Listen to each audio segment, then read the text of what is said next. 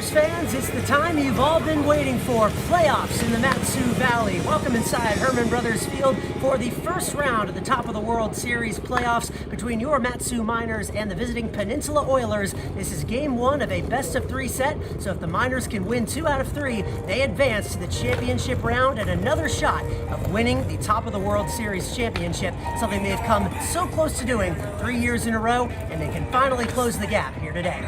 Charlie Fellows, as always, hosting the pregame show with you. I'll be joined by a member of the Mat-Su Miners on the mic, as I will be for the remainder of the year, and I am absolutely thrilled to bring this playoff action to you here today. But in case you need a refresher on the games that the Miners played yesterday, the final 2 games of their regular season, we have a long highlight reel to play, so take a look. 2 months to the day after the regular season began up here in the last frontier, now it comes to an end. The Mat-Su Miners and the Chugiak Eagle River Chinooks, who played in the first game of this summer 2024 season down in Chugiak back on June 6th, now nearly 2 months later, will play a doubleheader to round out regular season action on the top of the world.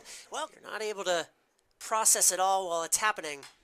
And that's a lazy fly ball into center field. Riker Scow giving chase, and he will make the grab. Jaden Hill, 1 pitch, 1 out, and that will do it. Timmerman strands 2 in scoring position, and the Chinooks squander an opportunity to jump out to an early lead. Hit well out to right center field. Scow and Strohmeyer going back. That's going to be over. Both of their heads roll all the way to the wall. Riker Scow has it. Rounding third, coming in to score is Jacob Hayes, trying for a triple. Keaton Laidley is, and he will get there without a throw. An RBI triple off of Eduardo Mendoza gives the Chinooks their first lead of the game, 1-0 the score. See how long Nolan Livesey lasts.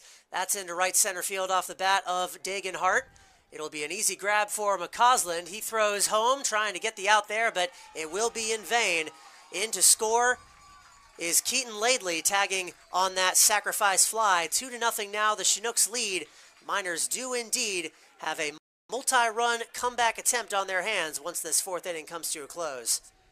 Here at Hermon Brothers earlier this season, that's a high fly ball out to left field. This could be out of here. The left fielder turning around, and that indeed is gone. Brandon Durand continues to own the Chugiak Eagle River Chinooks. His 4th home run of the season cuts the Chugiak lead in half. Critical juncture, runner goes. That ball is outside and it gets away from Durand. So the run number 3 does come in to score. All the way around to third now is Jaden Hill, taking advantage of that miscue. That took a really bad hop directly between the dirt and the glove of Durand, which caused it to jump way up into the air. Nothing he could have done about that. 3-0 your score. Chinooks in front, and Hill to escape the inning, the 2-2. Lined into left field, that's going to drop down for a base hit. Kellen Strohmeyer fields it, but a run comes in to score. A 2-out RBI single gives Jaden Hill a ride home, and the lead now 4-1. Wing. But instead, he will hit a ball into center field. The hit train continues for Mat-Su. Cochran will not try to score, but he will settle for the bases loaded and nobody out. The bottom of the order doing its job. Cochran, Vaughn, and Scow now all aboard with Chase Wilcox, who could win the game with 1 swing of his bat. In the ABL, some would say the most clutch hitter. That's off the end of the bat. Could be trouble. Throw home for 1. They will get the force out there. Ryan Cochran, that's hit right at the third baseman, throwing home again for the force out onto first. Again will not be in time, but 2 straight nearly identical balls. That time it was Strohmeyer reaching on a fielder's choice, and just like that, what was once a golden opportunity now down to the wire with Kyle McCausland, 0 for 3 today, has a chance to be the hero. Kyle has a walk-off home run already this season, but he'll swing and a miss right here. Down he goes. Gavin Alvetti and the Chinooks fired up. They live to play for 1 more day. It comes down to a final game of the regular season for them, as they are now 1 win away from potentially clinching a trip to the top of the world playoffs. We're back for round 2. 1 more game in the regular season, win or lose, for the Mat-Su Miners before the postseason gets underway. Charlie Fellows, Aidan Dolinsky, as for game 1, back behind the microphones, bringing you this action here at Hermon Brothers Field. The 1-0 from Camacho on the ground to second, fielded by Bisaccia, on to second for 1, on to first in time to turn a double play. The Miners get a twin killing to get out of the first inning with no damage, and they face the minimum to start. If you could consider a bullpen catcher a catcher, is currently pitching for Mat-Su. That's a line shot past the glove of the third baseman and into shallow left field. One run comes in. Here comes Strohmeyer. He will score with ease. Into second base, and that throw goes past the second baseman. Duran's not going to try his luck, though. A double sliding in for Durand. That one went off the glove of the third baseman, and it completely died on that outfield grass. It just stopped rolling, and that was a perfect storm for Mat-Su. A 2-run single for Brandon Durand. He gets to second on that error. The Miners take the lead. Now a 2-0 pitch on its way, and that's into right field, past the diving glove of the second baseman, into right field for a base hit. Rounding third, coming to score is Brandon Durand, the speed on full display, and the Miners get run number 3 on a 2-out RBI hit. Riker Scow continues to deliver. The 1-2 swing and a miss. There it is. Strikeout number 1 for Pedro, and that ends inning number 5. A wonderful outing in his debut here at Hermon Brothers Field. Camacho, 5 innings, 0 earned runs, 1 strikeout, 4 walks, and just 3 hits allowed.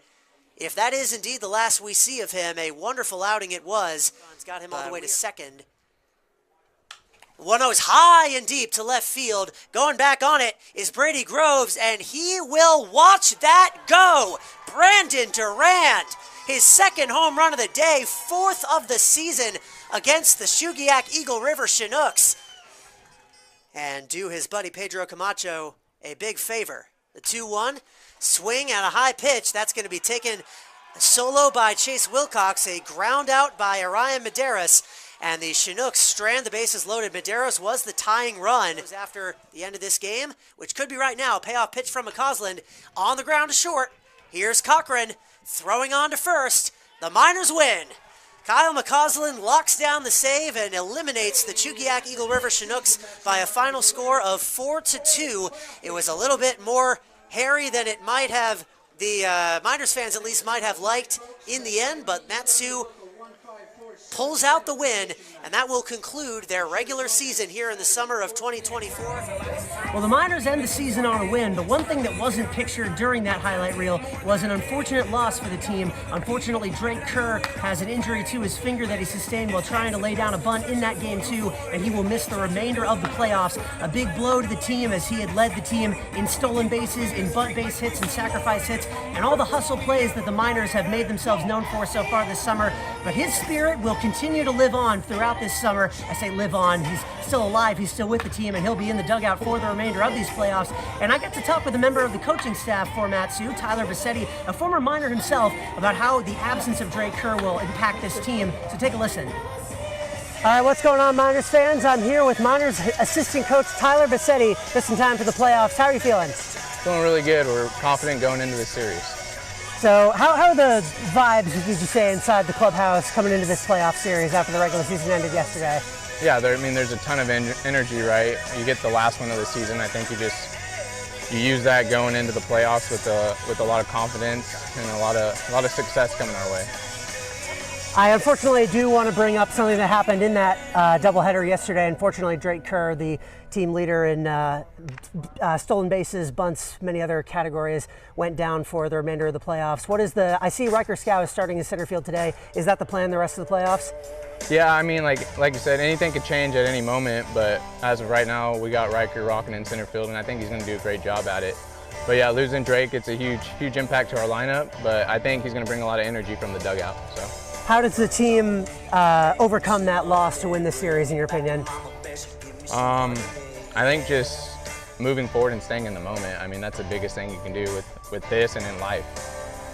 You played for the Miners a few years ago. You're back here as a coach now. What does it mean to be part of this coaching staff to try and win the ABL championship this year?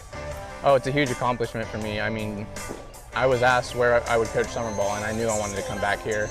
And coaching for Ty and Steve and Ronnie, it's been a pleasure, and I'm just super happy we're in this position and we have a chance to win the World Series.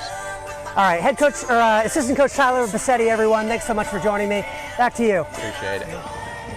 Well, it was nice to get to talk to him, the last member of the coaching staff that I have yet to talk to so far this summer, and he had some great things to say about how the Miners are going to adjust to his loss, and he's in charge of the fielding orientations for every game, so you will see Riker scout out in center field, as we'll get to with the lineups in a moment. This is normally the part of the broadcast where I would share the lineups, but instead I've got a little something special prepared for those of you who tuned in to watch the pregame show. If you already saw this on the YouTube channel, congrats, you get to watch it again, but if not, it's time to get acquainted with the other team that the Miners will be playing against today, the Peninsula Oilers, a team that the Miners have a lot of history against so far this season.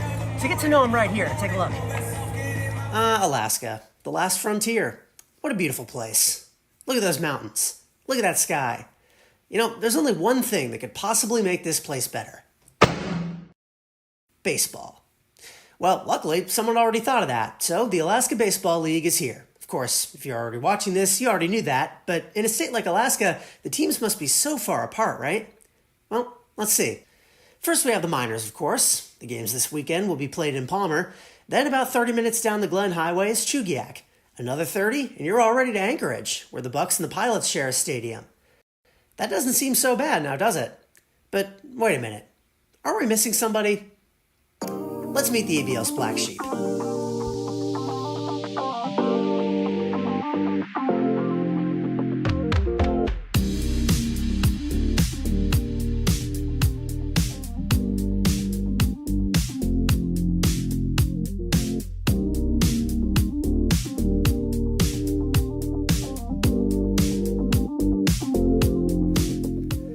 Peninsula Oilers are what I like to call latitude merchants. Off in their own little world compared to everyone else, their results can be a bit skewed to one direction or the other. This season, though, that was taken to an extreme. Enter Coral Seymour Memorial Ballpark. If you've watched the streams this year, you probably know it by a different name, but anyway, ABL teams play a 40-game regular season, 20 games at home and 20 on the road.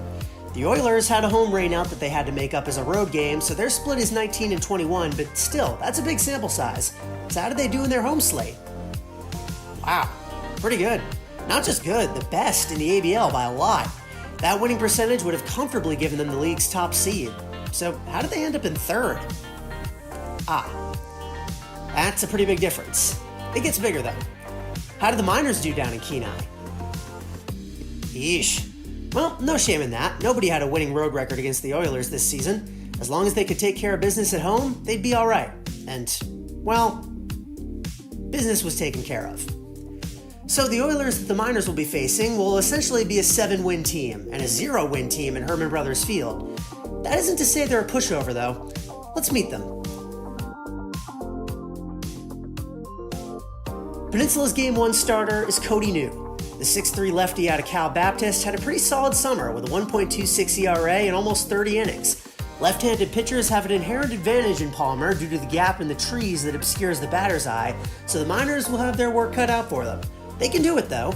In New's 2 appearances against the Miners this season, Mat-Su is 2-0, including their only win down in Kenai. After New, we'd figure to see Eddie Leon. The two-way star out of Marshall led the Oilers in innings this season, and unlike New, fared quite well against Mat-Su. As a designated hitter, he had .225 with 8 runs batted in across 40 at-bats. Staying on the offensive side, the Oilers employ perhaps the most potent power hitter in the league this summer in Rice's Colin Robson. He led the ABL in extra base hits and finished second to Mat-Su's Brandon Durand in home runs with 4. 2 of those were against the Miners. Finally, while he didn't end up hanging on to the batting title he led for most of the way, Max Rothwarg is still a fantastic hitter. The Swarthmore Phoenix finished third in the ABL with a .320 batting average. However, he didn't play at all against the Glacier Pilots in the final 5 games of the regular season, so perhaps he won't factor into this series either. The regular season has all been leading up to this. 2 wins punches your ticket to the top of the World Series championship. And for Mat-Su, maybe it's time to give the Oilers their own little taste of Bizarro Land. Charlie Fellows, broadcaster, Mat-Su Miners.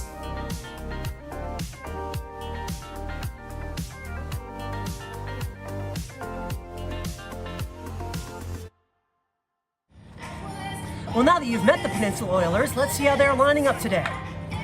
Petey Soto will lead them off at shortstop. Cole Dawson at second base. Colin Robson, the third baseman, or the center fielder, I should say, one of the power hitters we mentioned in that preview piece. Zachary Ferris, the first baseman. Eddie Leon at third. Coney New, the designated hitter and the pitcher today. Cole Wilson out in left. Andrew Alva in right. And Brock Worthgen doing the catching. Or as I mentioned, Cody New. A little note that I was correct in assuming that Max Rothward, unfortunately for the Oilers, fortunately for the Miners, is no longer with the team. He was nursing an injury and unfortunately had to be shut down for the remainder of the season. So the Oilers will try to do this without him. On the Miners side, Chase Wilcox leads off as he so often does at third base. Riker Scow, as I mentioned, takes Drake Kerr's place in center. Kyle McCausland out in right after getting the save last night against the Chinooks in the regular season finale. Brandon Durand, who hit 2 home runs against the Oilers across those 2 games, will be catching. Tom Patrizzi, the second baseman. Christian Perez at first. Ryan Cochran at short. Kellen Strohmeyer, the left fielder. Blake Baltz as the designated hitter. And Ashton Johnson, the lefty out of the College of Southern Idaho, making his first start of the season. A left-hander will be on the mound to start the game for Mat-Su for the first time in the summer of 2024. It's playoff time in the Mat-Sus. What we've all been waiting for. It's what I've been excited for ever since I got here to Palmer, Alaska, and saw this field for the very first time. I knew the playoff atmosphere would be electric, and trust me, it will be here in person, and I hope it's going to be in the YouTube chat today. We'll be monitoring it all game long, and I am thrilled to bring this action to you. Just 4 more wins between the Mat-Su Miners and a top of the World Series championship. So let's get started. Game 1, round 1, right after this.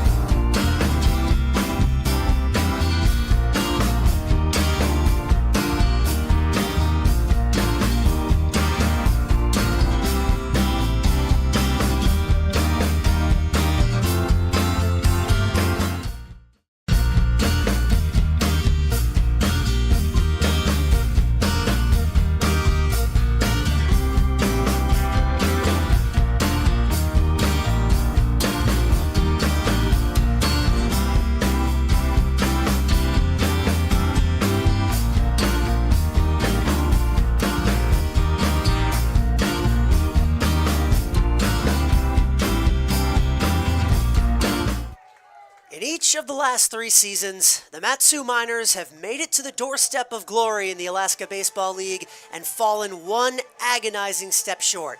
But in this summer of 2024, something different is in the air, and the Mat-Su Miners are riding high heading into playoff time.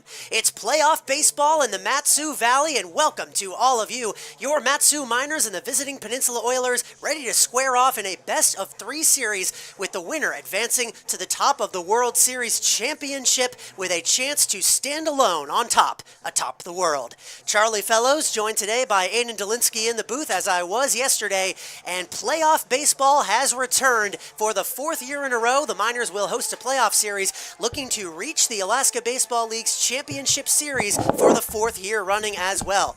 Aidan, my friend, how are you? Hi, Chuck. It's great to be here. I'm happy to be calling this playoff game for Miners baseball. Uh, Yesterday was an amazing experience, and we're looking to get things started here with the great top of the first by Ashton Johnson. Yes, indeed. Ashton Johnson, the man of the hour, making his first start of the season and the most important appearance of his season by far out of the College of Southern Idaho. A 2.70 ERA out of the bullpen for the Miners, but has primarily appeared in that reliever role, though he's used to being a starter. At the College of Southern Idaho, he was a starter. All throughout his high school career, he was a starting pitcher. Got to talk with him a few weeks ago on the Valley Chats podcast, and he told me that as well. It's been an adjustment changing to the bullpen, but guess what, Ashton? Now is your time to shine. It'll be the first time all season a left-handed pitcher has started on the mound for Mat-Su, as the Miners are trying to take advantage of the quirk of the Hermon Brothers Field in which they play that is beneficial to left-handed pitchers more so than right-handed pitchers. The gap in the trees off to the right side by the scoreboard that obscures the batter's eye ever so slightly. The Miners and the Oilers both have a lefty on the mound for that reason. Ashton Johnson will be facing off against a Oilers lineup of Petey Soto, Cole Dawson, Colin Robson, Zach Ferris, Eddie Leon, Cody New, Cole Wilson, Andrew Alva, and Brock Worthgen, as these teams meet for the 11th time in this summer of 2024. Let's get started, folks. The lefty ready to deal to Soto, the shortstop, leading things off for Peninsula.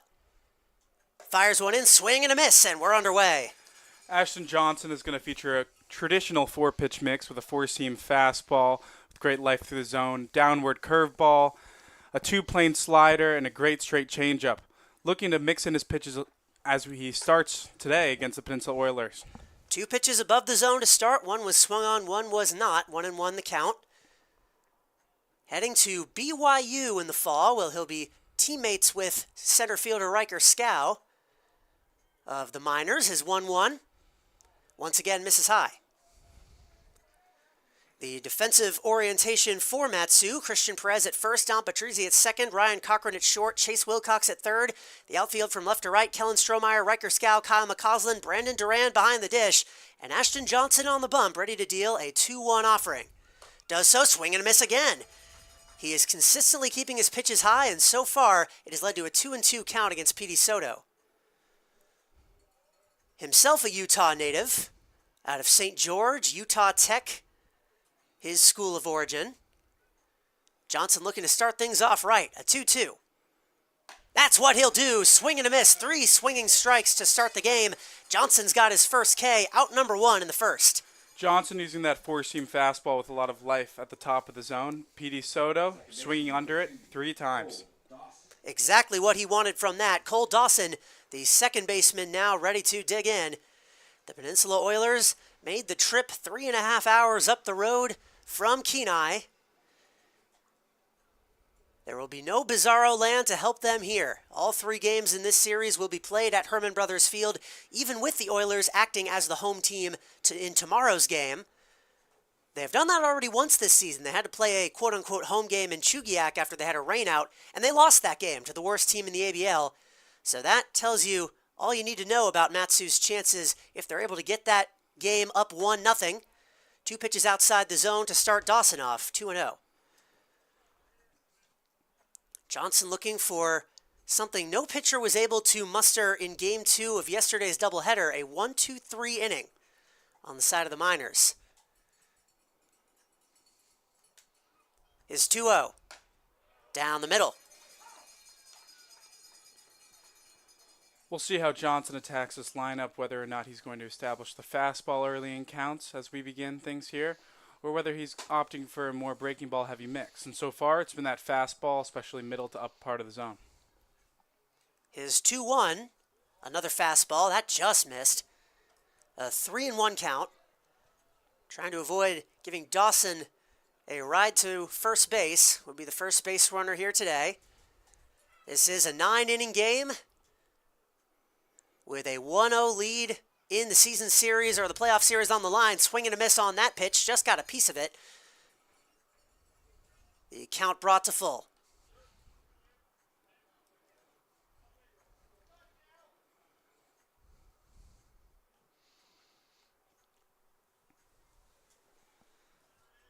Alrighty, Johnson looks to be in control, but he's got a payoff pitch on the way. This could be a big moment in the early goings of this game. The 3-2. Southpaw fires. Got under that, did Dawson, into shallow left, giving chase is Strohmeyer, and the shortstop calls for it. Ryan Cochran makes the grab, 2 away.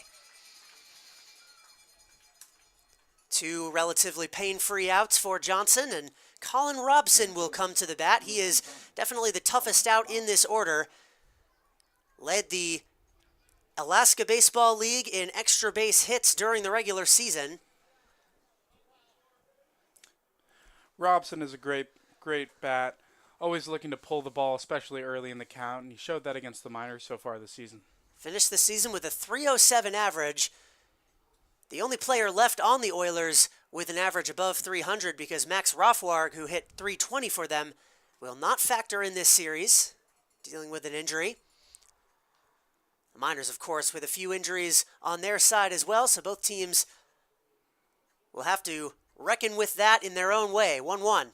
1-0, I should say, and that gets it to a 1-1. Spoken into existence, a swinging strike, and that time we saw the breaking ball, and it did its job.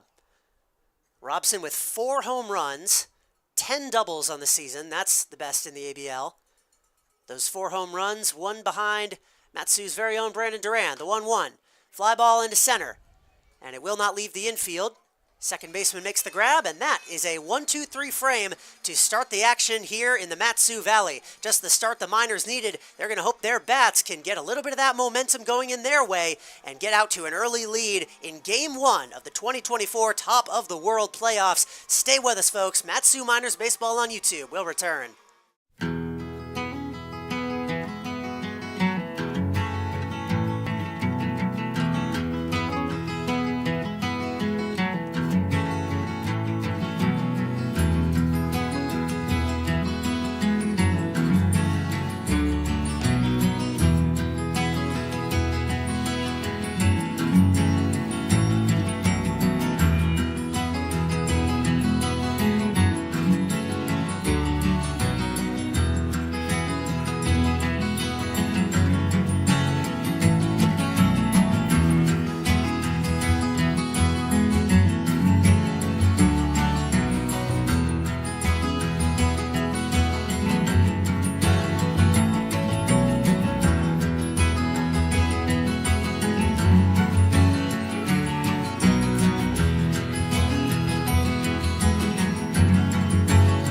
Bottom of the first at Hermon Brothers Field in Palmer, Alaska. The Mat-Su Miners and the Peninsula Oilers vying for a trip to the Top of the World Series championship. Currently tied up 0-0.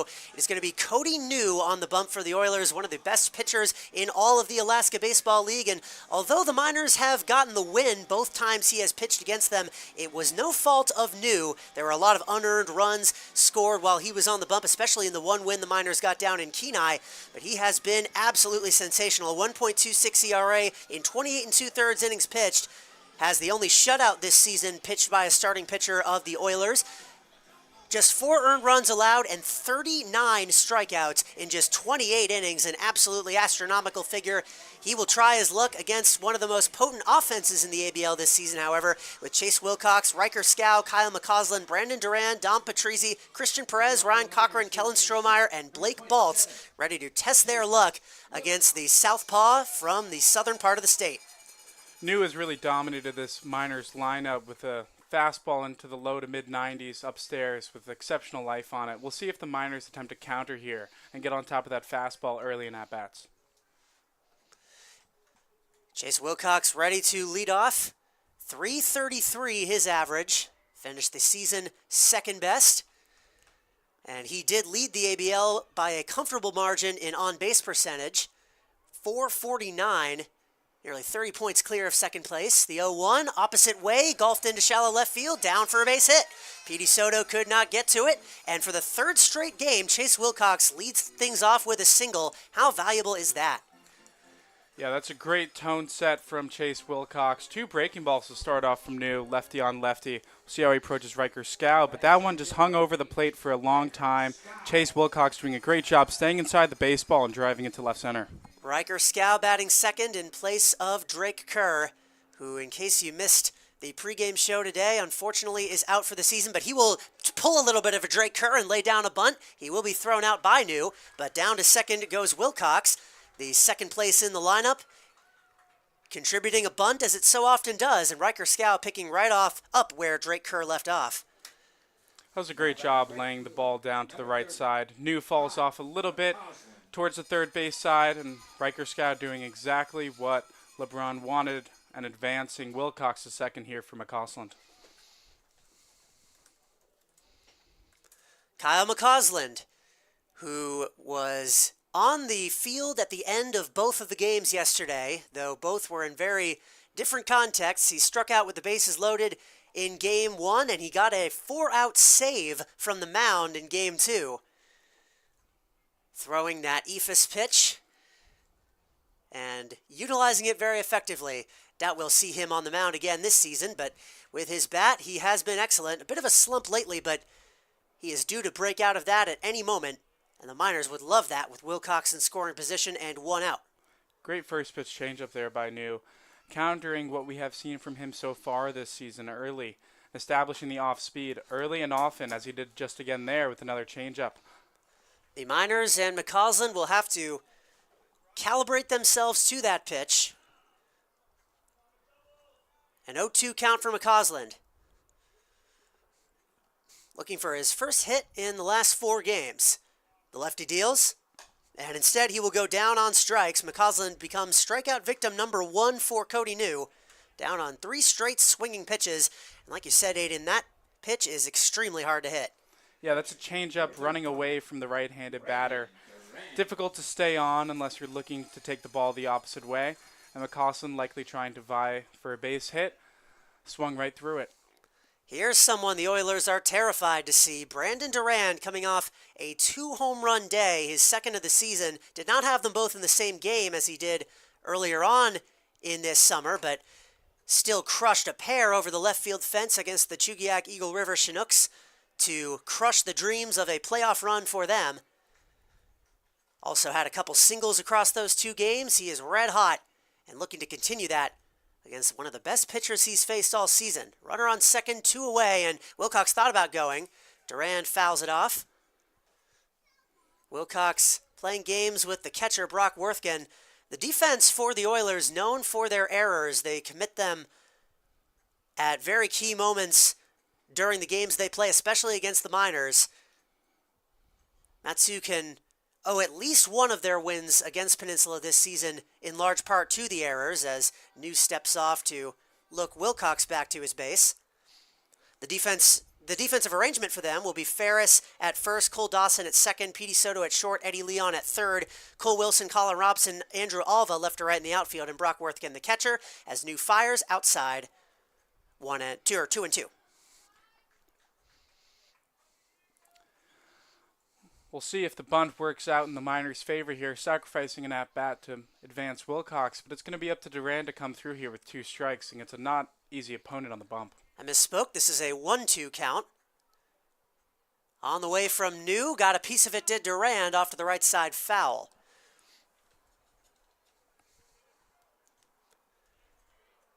Durand, the catcher today for Matsu, was the designated hitter yesterday. An excellent defensive catcher and even more excellent with the bat. Trying to give Chase Wilcox a ride home and score the first run of these 2024 IBL playoffs. Wilcox takes off, and Durand hits a fly ball into right field. That's going to arc off to the foul side as well. Wilcox retreats. Once again, 1-2 the count, as it has been for the last few pitches. Brandon Durand fighting to stay alive and keep this inning going. Wilcox on second, utilizing that large secondary lead, taking 2 shuffles as soon as he sees the pitcher commit to the plate. We'll see if he advances here on the pitch. He was running initially, but he won't get a chance. Brandon Durand swings right through that. Strikeout number 2. Cody New has himself a not quite as clean inning as Ashton Johnson did, but the leadoff single does not yield a run for Matsu. 0-0 after 1. You're watching Matsu Miners Playoff Baseball on YouTube.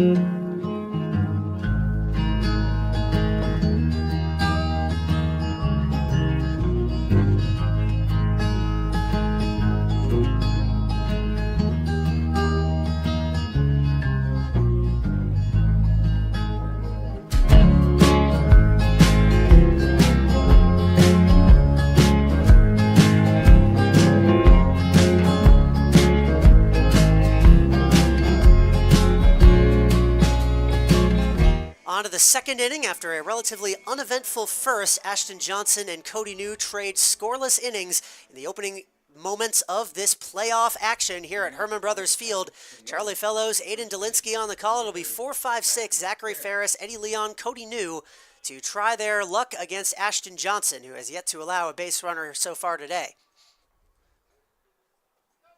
0-0 the score. Miners had that Chase Wilcox single an inning ago. That has been all for the base runners so far. Strike one fired into Ferris. Man out of Southwestern Community College, El Cajon, California. The 0-1 from Johnson, swung on and grounded to second. Patrizzi has it, throws on to first. A nice play by Dom, 4-3 put out. And another quick out for Ashton Johnson to start the second inning. Nice play by Patrizzi to his bare hand side. Ranging over, reading the tough hop, gathering and making an accurate throw to Perez over at first for the first out.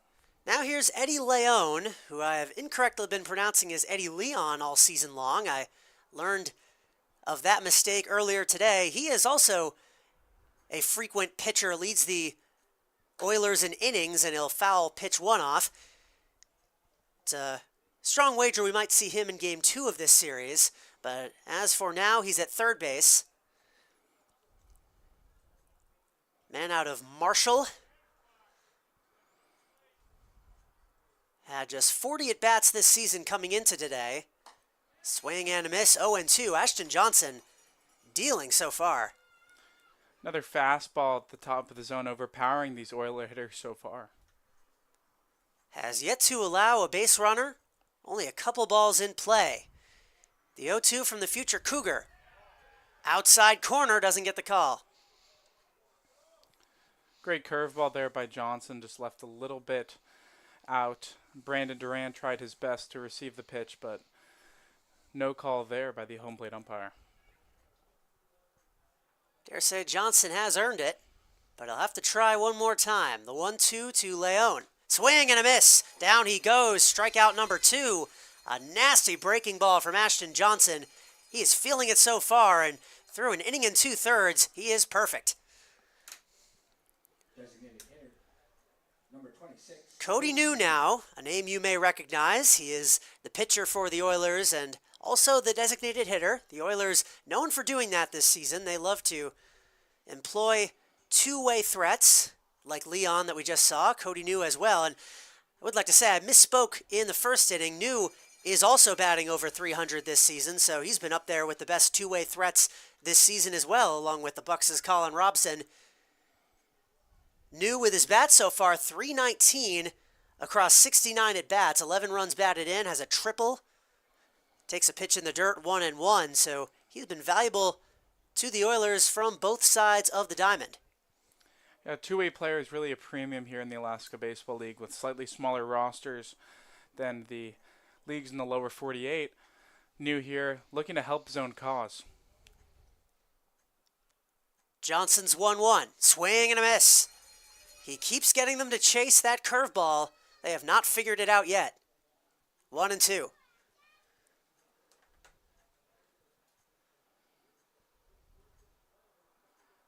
For another 1-2-3 frame, Johnson, just low. What do you think is working right now for Ashton? Yeah, I think that he's using that fastball middle to the top of the zone. I think they're swinging through it a lot, and then when they respect the life he has on his fastball, they're bailing out a little bit on the outside. We'll see if they try to cheat to a fastball early or Ashton Johnson responds. Popped him up on the infield. Durand underneath it, foul territory, makes the grab. 6 up, 6 down on the part of the Oilers. Ashton Johnson, untouchable through 2. You're watching Mat-Su Miners Baseball on YouTube.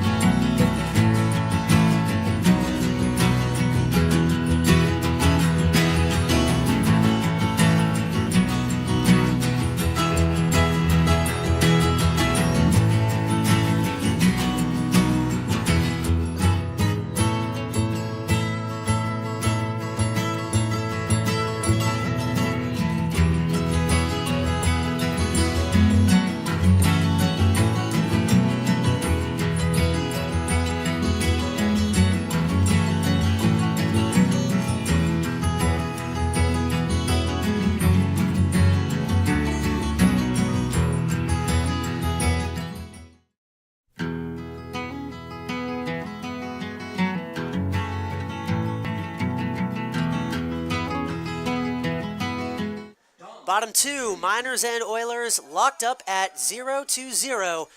Your Mat-Su squad trying to break this scoreless tie. Don Patrizzi, Christian Perez, Ryan Cochran, 5-6-7, due up against Cody New, who allowed that leadoff single to Chase Wilcox, but nothing after that. Pitch 1, fouled straight back into the cage off of the bat of Patrizzi for strike 1. The view is going to be a little bit skewed now for a little bit. Hope you'll forgive that. We've got a new angle today for this game, trying to prevent the camera from getting completely dislodged when that happens. And it's already paying dividends. The 0-1 from New. Low and outside. Don Patrizzi was in the RBI lead of the Alaska Baseball League for pretty much the entire season. Got sniped right at the end by a pair of Oilers. He finished the season third, but he lines one into left field for a base hit for the second straight frame. The Miners start things off with a single. Patrizzi has his bat going, and the Miners love to see that. New leaving a changeup right over the plate, and Don Patrizzi making him pay for it, smoking that ball over the shortstop's head into left center. Christian Perez now with 1 on, none out. The man out of Phoenix, Arizona, soon to be at Sacramento State. He would love a big hit right now. Strike 1 fired in from the lefty.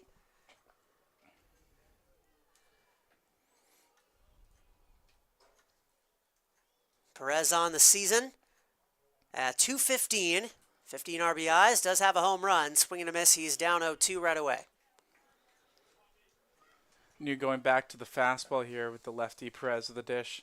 We'll see if he goes to a breaking ball here for 2 strikes or back to that fastball and make Perez catch up. Here's the 0-2 outside, but the call is a strike.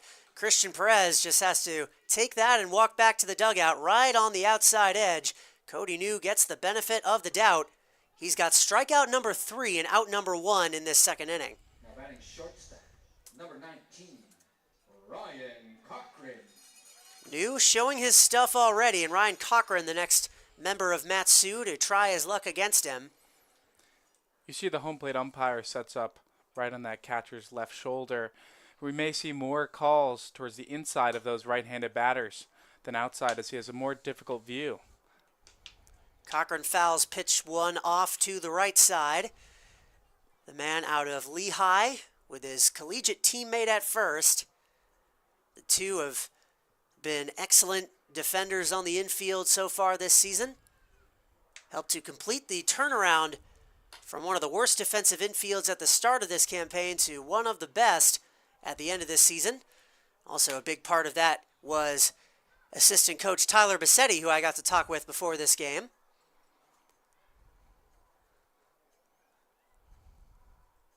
The 1-1, runner goes, swing hit the opposite way. It'll be right to the first baseman, who will take it himself. That'll essentially function like a sacrifice bunt. The rocket fielded by the first baseman Ferris. Down to second goes Patrizzi. 2 out and a man in scoring position. The same situation the Miners saw in inning number 1. Likely a hit and run put on there, or Cochran looking to defend Patrizzi after a late jump. And Patrizzi's able to advance the second here with 2 outs. But again, we're going to need a base hit to score for the Miners here in the bottom of the second. Kellen Strohmeyer, a likely culprit to do just that. 227, he's up to 4th on the team, 3rd among active players. Taking a big lead there and hit it the opposite way to third. Fielded throwing across the diamond. Will he get there in time? Yes, he will. The third baseman for the Oilers, Eddie Leon, to Zachary Ferris. An excellent put out across the diamond to rob Kellen Strohmeyer of what could have been an inning-continuing hit. Instead, the Miners will have to settle for a 0-0 tie once again. Through 2, that's your score. You're watching Mat-Su Miners Baseball on YouTube.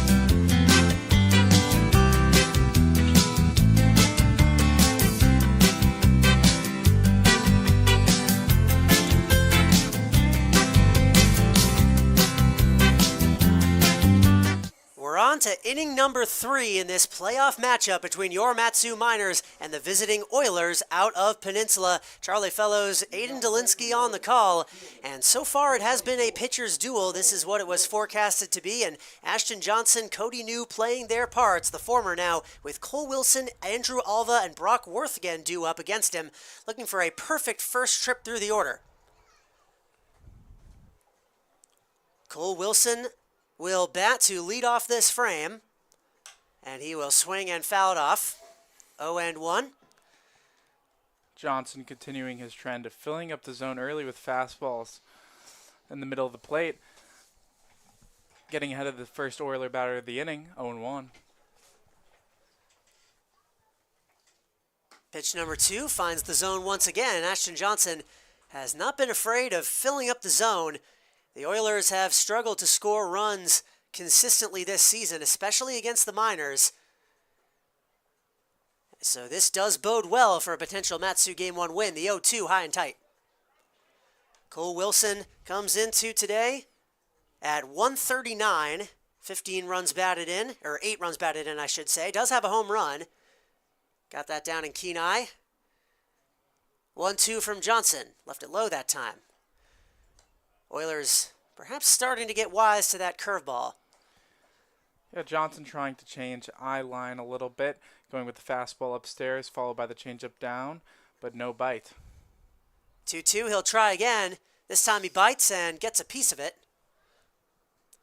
There is another playoff game underway in the Alaska Baseball League. The two Mulcahy Stadium roommates down in Anchorage are duking it out. That game is also scoreless in the third inning. We will keep you updated as that game continues to unfold, because the winner of that plays the winner of this series. Swing and a miss. Down he goes. Cole Wilson becomes strikeout victim number 3. Johnson's got one in every frame so far. One down. Great fastball in the zone. Forcing the batter to make the adjustment and catch up, but could not in time. Swinging right under that for the first out. Andrew Alva now, the 8-man in this lineup, making just his 16th at bat of the season for the Oilers, batting .333 with 5 hits in 15 tries. Swings through pitch number 1 from Ashton, though. 4 runs batted in, so he's been productive in the limited experience he's gotten. Recent high school graduate, headed to Mount San Antonio College in the fall, as are many members of this Peninsula Oilers squad. Pitch 2 in the zone. Another 0-2 count. Johnson consistently getting those. And that is what you want to see, especially in the early goings here.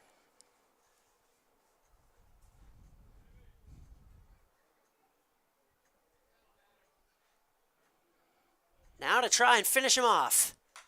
Got a piece of it. 3 straight fastballs here by Johnson. Not afraid to challenge the Oilers hitters so far. And that has been a very successful strategy.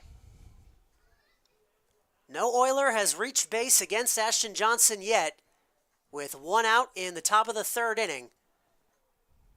The future BYU pitcher fires, left it outside.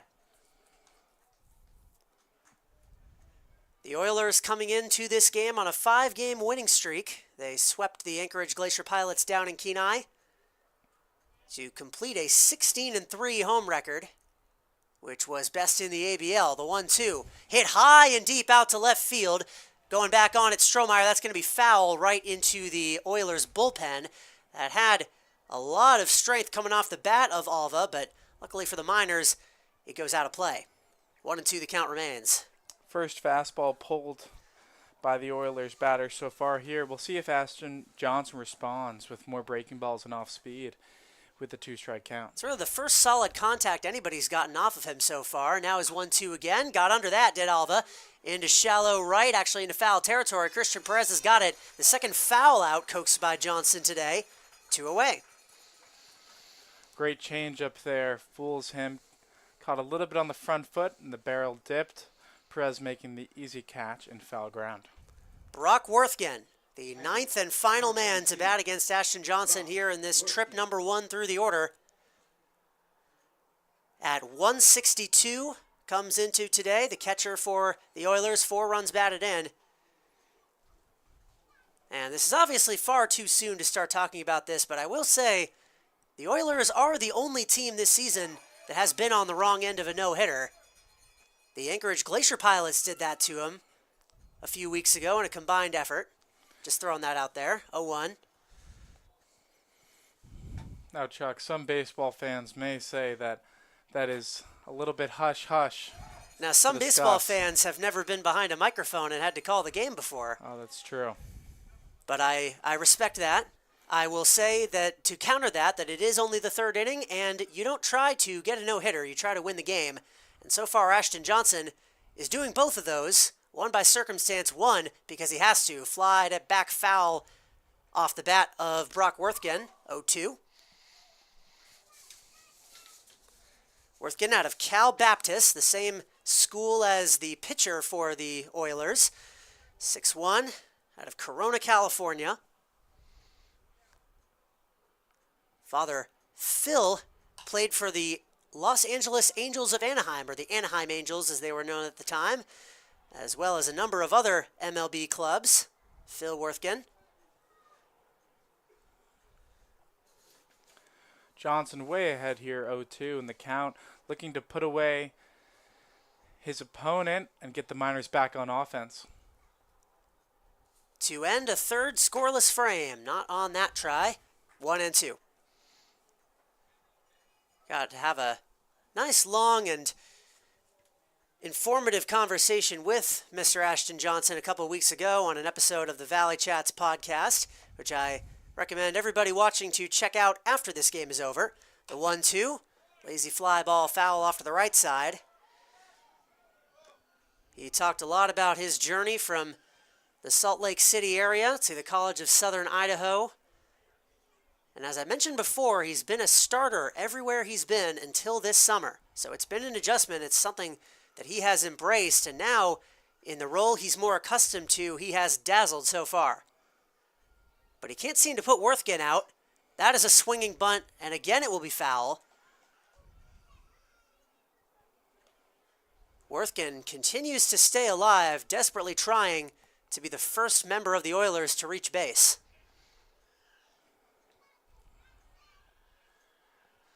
Crowd continuing to grow steadily here at Hermon Brothers Field. This is a 4 o'clock start in Alaska time, so not the time everybody is accustomed to, but crowd's still loud as they need to be. Did he go around on that? He certainly did. First base umpire gives Ashton Johnson his 4th K, and through 3, he has not allowed anything to reach base for the Peninsula Oilers. Through 3, 0-0 your score on the top of the 3rd, I should say, and we're going to do this one final time because, of course, the standings will not change after today. It's time for your Gamely standings break, and this isn't really a live update, more so as just a look at how things shook out when the dust settled at the end of this summer of 2024 regular season.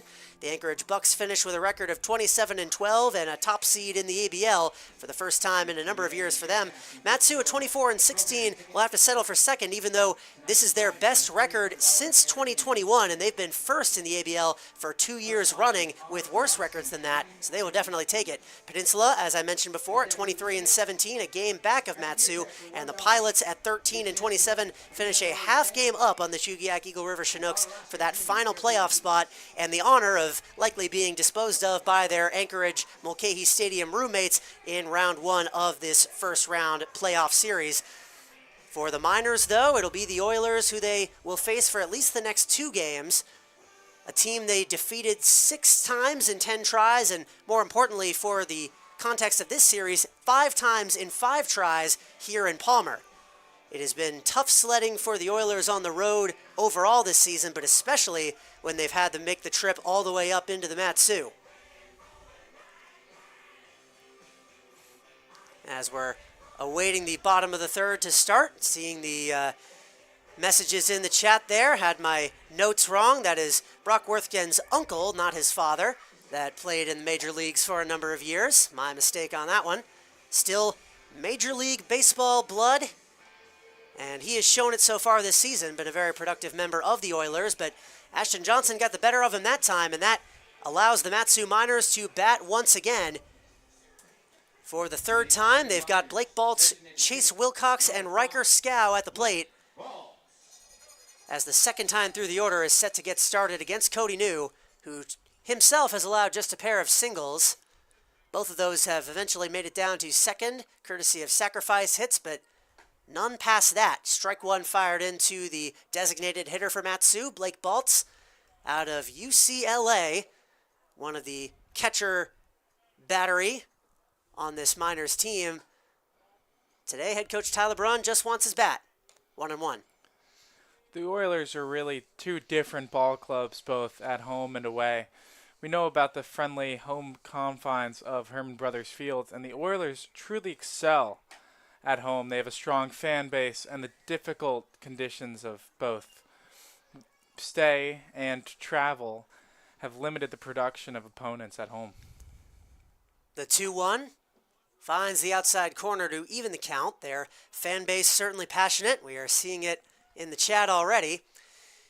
And the travel, as you said, definitely a grind. 3.5 hours from Palmer. It's the longest trip that you can make in the ABL from one team to another, now that the Fairbanks Gold Panners are, as of now at least, not a member of the ABL.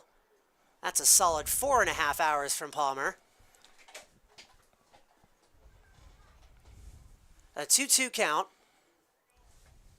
Blake Baltz trying to reach base to lead off the inning for the 3rd straight time for Mat-Su. He'll get one more shot as he fouls off pitch number 6 in this at-bat. Blake Baltz with a quality at-bat here so far. The Miners are going to continue to look for that as they want to get into the Oilers' bullpen as soon as possible. The 2-2 from New. Outside. Good take by the 9-hole hitter. Brings the count full. Blake Baltz coming into today at 179, 7 runs batted in, a double, a triple, 12 hits in 67 at-bats. Joined the team during that Kenai road trip. Made his minors debut in Game 1 of that series. And that's a high take, a leadoff walk issued by Cody New. Continues the trend of allowing the leadoff man to reach base in every single frame. This time, though, the leadoff walk, as we discussed on the broadcast yesterday, carries with it a very high likelihood of the Miners breaking this scoreless tie. Chase Wilcox up to the plate, 1 on, none out. New determined to get Baltz out there on a breaking ball, and it proves to bite him, leaving the first one outside and the second one backed up by Baltz's shoulder. We'll see how he approaches Wilcox after Wilcox placed a base hit into left field his last at-bat. The first pitch is a fastball, missed upstairs for ball 1. Wilcox, as he said, 1 for 1. Started this game off with a single. He's done that in the last 3 games for Matsu, including both yesterday in that Chugiak doubleheader. Cody News 1-0, right down the middle. Wilcox, unfortunately, did not capture the batting average crown that he was very near to securing. He lost out to Cole Carlone on that one, but he got the on-base percentage crown, and he's hoping to be the last one standing when the dust settles in the top of the World Series, which would put any batting crown accolades to shame. Has been the best player on offense all season long for Matsu. Now looks at a 2-1. Strike 2. Miners and Oilers knotted up at 0. Peninsula without a runner of any kind, let alone a hit. Matsu with 2 of them, plus the leadoff walk here in the third, a 2-2. Wilcox lays off it, and once again, for the second straight at bat, I should say, 3 balls in the count for a Miners hitter. Another quality at bat, and with 3 games in a row, getting to the bottom of these pitching staffs is going to be a key for success in the playoffs. A lot of games in a row, not a lot of rest. The goal is to wear out New early and often and try to get to relievers the Oilers have in their bullpen. Oilers certainly hoping that New can have a lengthy start. But as I mentioned before, his 2 appearances against the Miners this season, despite the fact that he didn't allow an earned run in either one, the Miners would end up winning both. That's into shallow left field, going to be down for a base hit. This could be a single, and it will be. Holding up at second is Blake Baltz. Thought that might go into the gap for a second, but Chase Wilcox content for a 2-for-2 day. He continues to have Cody New's number, and for the first time this game, multiple men aboard for Matsu. A golden opportunity to break this scoreless tie. Number 8, Riker Scow. A wonderful battle, one between Wilcox and New. That full count pitch hit the opposite way. Wilcox really keeping that front shoulder in, allowing him to see the ball deep, taking the close breaking stuff outside and depositing that fastball into left center to get the first 2 base runners on for Riker Scow. Riker Scow out of BYU, Pleasant Grove, Utah. Soon to be collegiate teammates with the starting pitcher for Matsu. Pitch 1 inside take. One of the speediest players. In fact, I think he inherits the title of probably the speediest player on Matsu now that Drake Kerr's season is done.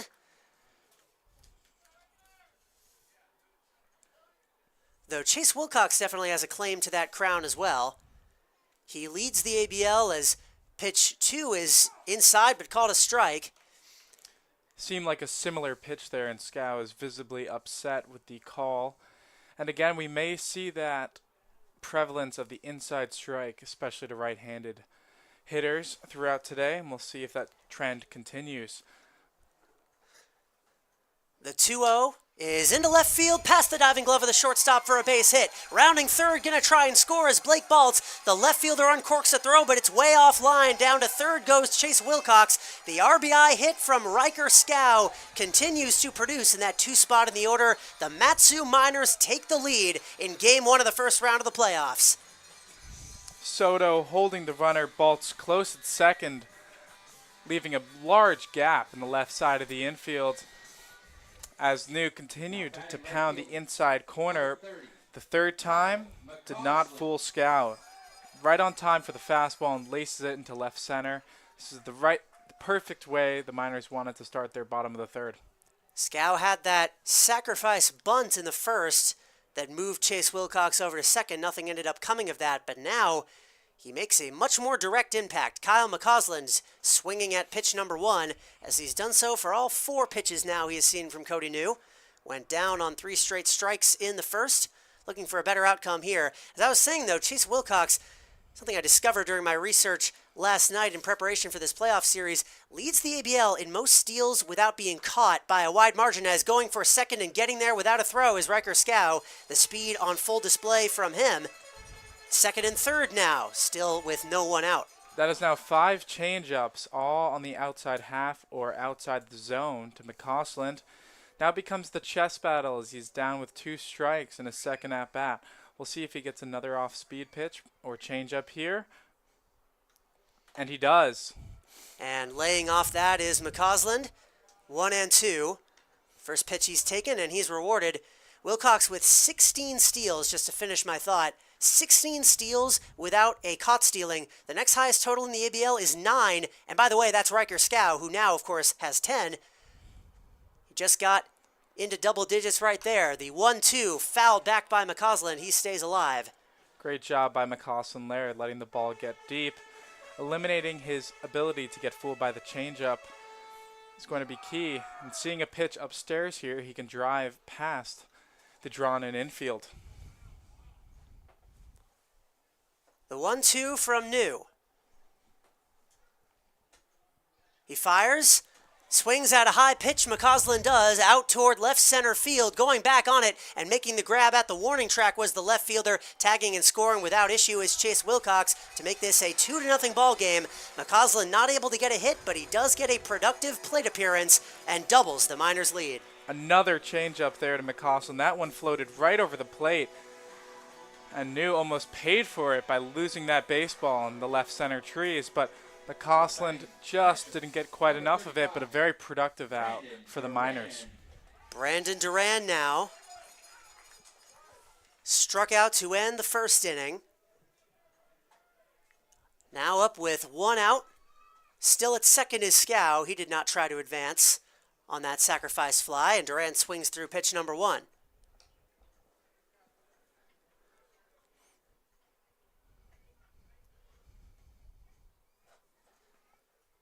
Cody New has allowed 2 earned runs, the first earned runs he's allowed this season against Matsu. And the Miners looking to keep the pain coming his way. 0-2 count, though, on Durand. He'll have to fight from an early hole.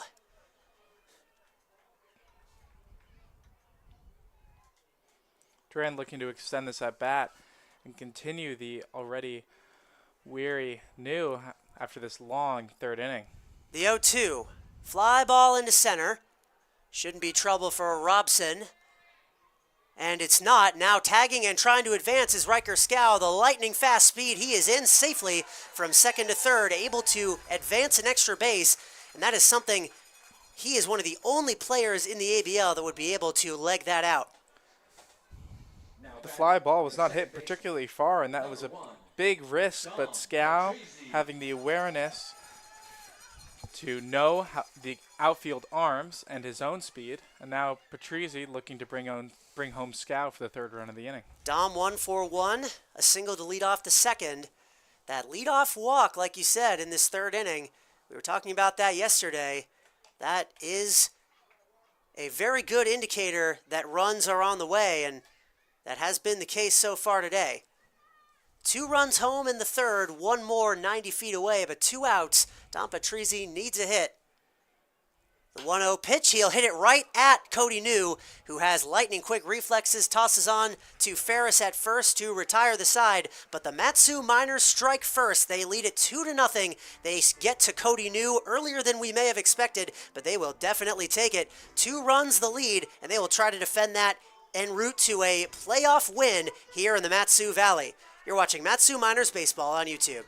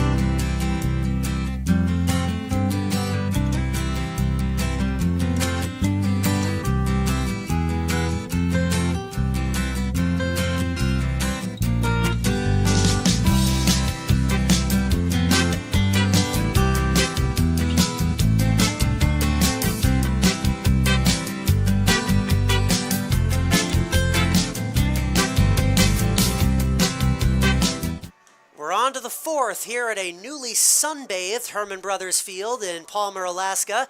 The sun is out for the first time in what feels like a week. That is how it goes sometimes in the Mat-Su Valley, but we will take it while we have it. Ashton Johnson's certainly a fan, and he's also a fan of the 2-0 lead he has inherited after the Miners' bats got to work on Cody New an inning ago.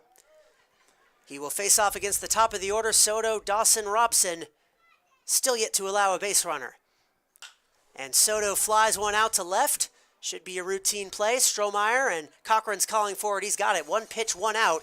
Exactly what Ashton wants to see as the middle part of this game gets underway. It may be really sunny at Hermon Brothers Field, but the Storm and Mormon, as he is known colloquially, is on full display for the Miners so far.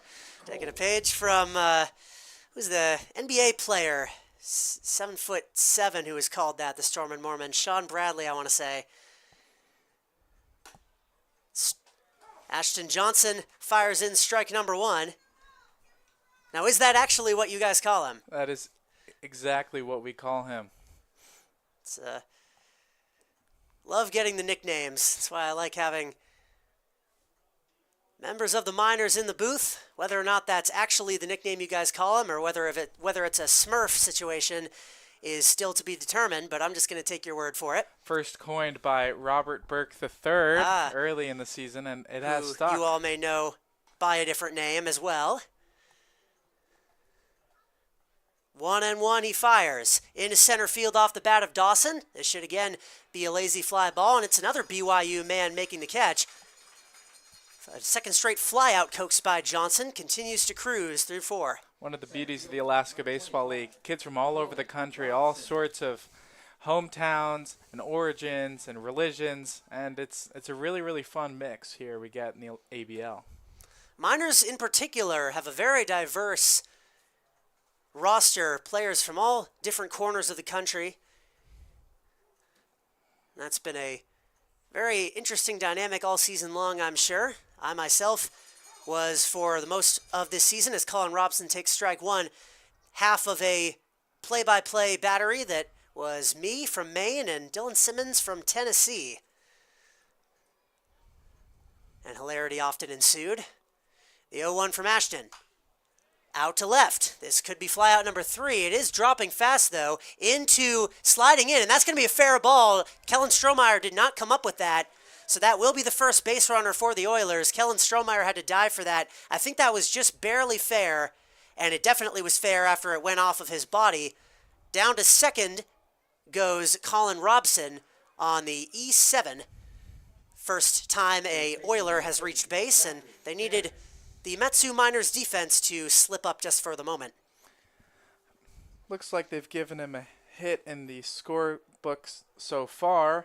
Tough play by Kellen Strohmeyer, ranging all the way down to the left field line on a breaking ball that was sliced heavily by Robson, and it falls in there for the first Oiler hit. Well, I'll defer to the scoreboard. That is going to be a double for Robson then, his 11th of the season, as Ashton Johnson gets to work against Zach Ferris, pitching with a man on for the first time. Right down the middle. He's not phased, though. No, and you have to continue establishing your fastball in the zone. No worries there for Ashton. Not a hard hit ball, but sometimes the hits just fall. Yeah, fluky hits like that can happen. Swing and a miss, 0-2. The way Johnson can overcome it is with a nice clean at bat to strike out Zach Ferris right here, and he's 1 strike away from doing just that. 2 down in the top of the 4th. The Oilers finally with a chance to crack the score column. But Johnson trying to extinguish it. The 0-2 coming home. Swing and a miss, a high fastball. He gets out of the inning once again. Another K. Johnson continues to storm through these Oilers bats. Through 4, he has not allowed a run, just 1 hit on the part of Ashton Johnson, and he is helping the Miners hang on to their 2-0 lead. We'll be right back. You're watching Mat-Su Miners Baseball on YouTube.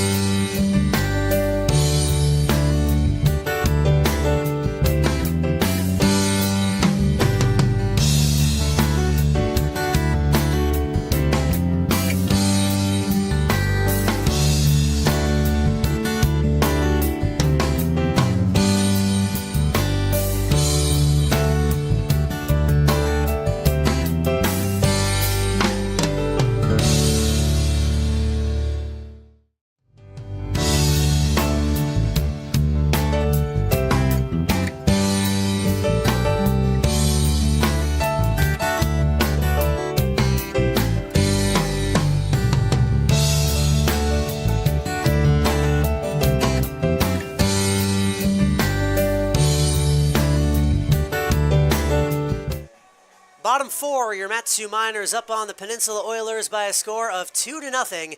They will bring 3 more batters to the plate against Cody New as this bottom of the fourth is set to begin. Leading off will be Christian Perez, Ryan Cochran, Kellen Strohmeyer, the 2 due up after him. After the Miners got to Cody New at last, back in that 3rd inning, looking to get some more insurance runs, because with a pitcher of New's caliber, runs are going to be at a premium today. They will take whatever they can get. Pitch 1, low, take by Perez. Christian Perez, known by the team as Poppy. Yes, indeed. That one I was aware of. One of the key members of the heart and soul of the Miners clubhouse.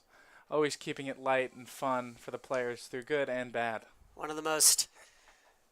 Always seems to be happy. Always seems to have a smile on his face. Never interacted with him and left it feeling any less than happy. Seems to be contagious from him. 1-2 count for Perez. Update from down in Mulcahy. The Bucks have taken a 1-0 lead on the Pilots. We'll keep that updated. That's a rocket right at the second baseman. Dawson throwing on to Ferris. Perez got a bit unlucky there. A solid piece of contact, but the Oilers fielder was in the right place at the right time. 1 away in the 4th. Great swing there on the fastball by Perez, lining a 1-hopper right to the second baseman. Unfortunately, the Miners are going to continue to look to be aggressive here against New. Ryan Cochran comes to the plate with 1 away in the 4th.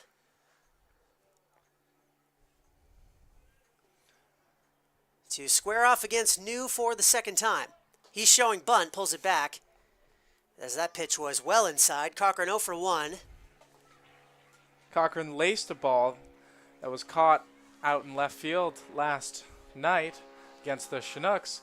Looking to continue swinging a hot bat here. It's a high fly ball to right center field. Shouldn't be any trouble. The right fielder, Alva, has it. A quick 2 down. A recovery frame for Cody New going his way so far. Cochran has been excellent with the glove this season, though, as you were talking about. And Kellen Strohmeyer has as well. He had a unfortunate mishap in the top half of this inning out and left. Got the benefit of the doubt on the double call. It was a very tough play that he had to cover a lot of ground, put right in the worst possible spot in between him and the 3rd baseman. Now he's taking first pitch, ball 1 from New. Especially with the lefty Robson at the plate, was shifted a little bit more towards center than normally would be. Made that catch more difficult. That bounces high off the padding of the catcher Worthgen. 2 balls and no strikes. Unfortunately for Matsu, no men on base to take advantage of that. For the first time in this game, the leadoff runner failed to reach base against Cody New. 2-0 the Miners lead. 2 down in the bottom of the 4th. Looking to take the early edge in this best of 3 set. The 2-0. Got a piece of that one. Strohmeyer, a 2-1 count. Has been excellent since his return to the regular lineup, and with Drake Kerr out, the Miners only have 3 active outfielders, so he will be an everyday starter the rest of the way. The 2-1, high. We may see Brandon Durand shuffle in and out of the outfield. That's true as well. We did see him last night out there as well, after Kyle McCausland came in for his exciting save attempt. The 3-1 is low, so taking all the way there was Strohmeyer. He is rewarded with the second walk issued by New, a 2-out base runner this time. The Miners will take it. 1 on, 2 out in the 4th to bring up the man who started the rally an inning ago. Blake Baltz had that leadoff walk. Later came around to score, as did Chase Wilcox behind him. Has been known all season long. His batting average might not jump off the page at you, but he gets those hits when the Miners need it. He's at the center of rallies, starting them, continuing them. He's always fired up, yelling at the dugout, keeping the players in it. Every championship hopeful needs a guy like him. That's right. He's done a great job with runners in scoring position, coming up with key base hits again and again for the Miners when needed. Looking to continue the inning here, give Ashton a little more breathing room, and keep applying the pressure to New here in the bottom of the 4th. A 1-0 count, and Brock Worthgen out to talk with Cody New. No action in the bullpen, although I do see a couple Oilers walking that way now. So they may be going to warm up shortly, but currently they're in sweats, so we'll see what happens there. New is cruised through this inning, the walk to Strohmeyer notwithstanding, but clearly Worthgen saw something that he wanted to clear up with his pitcher. Now New will fire a 1-0 and miss once more. 2 balls, no strikes, 2 out, 2 runs on the side of the Miners, none on the side of Peninsula. Mat-Su looking for its 6th home win against the Oilers without dropping a single game. Outside again, 3-0. So perhaps Worthgen did catch on to something, as all of a sudden Cody New having trouble finding the zone. Yeah, Charlie, a lot you can tell by the pitcher's demeanor and timing on the mound. New taking his time between pitches, might be thinking or processing what might be the adjustment here. And that's a 4-pitch walk. He issues back-to-back walks with 2 runners out in the 4th inning. And just like that, the Miners have something out of nothing. 2 quick outs have yielded 2 base runners, and Chase Wilcox comes to the plate for a second time, or for a third time, I should say. He's already got 2 hits in this game. Led off with a single in the 3rd inning, had a hit that advanced a runner into scoring position that led to a run coming into score. Now, the assistant coach for the Peninsula Oilers on to talk with Cody New. Make sure everybody's on the same page. Nobody is up in the pen for the Oilers, so they're going to ride this inning out. New just needs 1 more out, but Wilcox, one of the toughest outs in the ABL this season. In fact, by at least some metrics, the toughest out in the Alaska Baseball League this season, at least by on-base percentage. No one has a higher mark than him. Yeah, New looking to be a little more careful here with a runner on second and 2 outs. Base hit would score the speedy Strohmeyer from second. And Chase Wilcox has put up some great swings against New in the early parts of this game. We'll see how he responds the 3rd time through the order. Always a test for a pitcher. Especially when the hitter in question got a hit the first 2 times. You would figure it would only get worse. The southpaw fires, hit the opposite way, and how about 3 for 3 for Chase Wilcox? Rounding third, trying to score is Kellen Strohmeyer. The throw comes into the plate. It is not in time. Got away from Worthgen. A nice diving stop there by Cody New to prevent another run from scoring. Chase Wilcox, an RBI double. He is 3 for 3, fired up at second base. The Miners lead it 3-0. Beautiful hit there by Chase Wilcox, jumping on the fastball. After New struggled with his command, you often see pitchers going back to the old reliable number 1. And New leaving that fastball down the middle of the plate, and Chase Wilcox delivering into left field. He was swinging first pitch. He has clearly figured out something against Cody New. Now runners on second and third as Blake Baltz got all the way down to the hot corner. Riker Scow, who had an RBI hit back in the 3rd, looking for another one. He takes ball 1. The Miners can blow this open just a little bit. 2 outs throughout all of this. It was back-to-back walks that kept the Miners alive and got the inning to Chase Wilcox. And that was Peninsula's fatal mistake. The 1-0 to Scow. So far we've seen one Stormin Mormon put on an excellent display on the mound for Mat-Su. Let's see the other BYU Cougar put on a show. The 2-0. New fires, swing and a miss. Got him to chase that breaking ball, which was so nearly unhittable in the early innings. Scow comes up empty. Scow looking to jump on a fastball there. Fooled a little bit on the changeup and swung right over it. We'll see if New goes back to that here, trying to coax a ground ball to end the inning. The 2-1. Into center field. That will likely end the inning anyway. Robson under it, and he's got it. The Miners will strand 2 in scoring position, but they do add 1 more run. Back-to-back walks gives Chase Wilcox a chance to be the hero, and that is never a chance that the Central Missouri Mule will pass up. 3-0 your score, Mat-Su on top. You're watching Mat-Su Miners Baseball on YouTube. Don't go anywhere.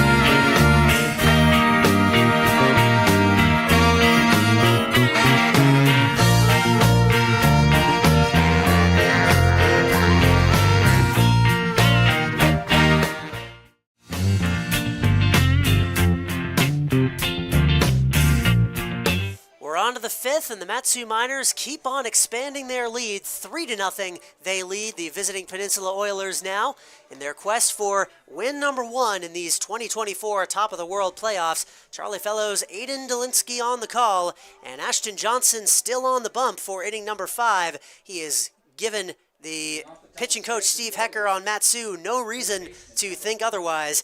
Just the lone hit he has allowed, and nothing close to an Oilers run.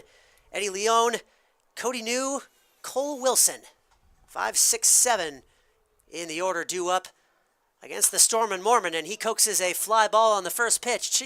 Christian Perez giving chase as well as Durand, but that's just over the fence. It goes off the dugout of the Matsu Miners. That had stayed in the yard, could have been another one pitch out. Instead, it'll be strike 1. Ashton Johnson, so far today, has of course thrown 4 innings, 0 earned runs, has struck out 5, not walked anyone, and just 49 pitches entering this 5th inning of play. He is on pace to go deep into this one. The 0-1. Coaxes a fly ball foul once more, another 0-2 count. Johnson continuing to pound the zone here, and that's going to be key. We want to get the red-hot Miners offense back to work as soon as possible, keeping the momentum on the Miners side. That's something Johnson has excelled at so far today. His 0-2 left it outside. The Miners have only had a starter go 8 innings once this season. That happened in a doubleheader leg. Tucker Timmerman threw 8 innings in what was supposed to be a 7-inning game. It went to extra innings, and the Pilots ended up winning that in sudden death. As far as a regular game, a 9-inning game, no starter has gone further than 7 this season. Johnson making a case to change that, but he's got to get through Eddie Leone first. We'll see what the strategy here is for the Miners, as Johnson has a lot of experience starting, but has not recently. And we will see if he's on a pitch count or if they're just going to let him ride as long as he keeps pitching well. Got jammed on that one, did Leone, into shallow left field. Strohmeyer with it, out number 1. As you said, there is almost certainly, I would imagine, a pitch count in play, making your first start in several months. You don't want to push anything too hard, but whatever that pitch count is, I imagine he is well south of it right now and well ahead of the pace that many may have expected him to be on. Putting on a show so far, already up there with some of the best starting pitcher performances we've seen, all the more pivotal that it's in a playoff game. Pitch 1 fired into Cody New, a pitcher versus pitcher matchup, and Johnson gets the first call, 0-1.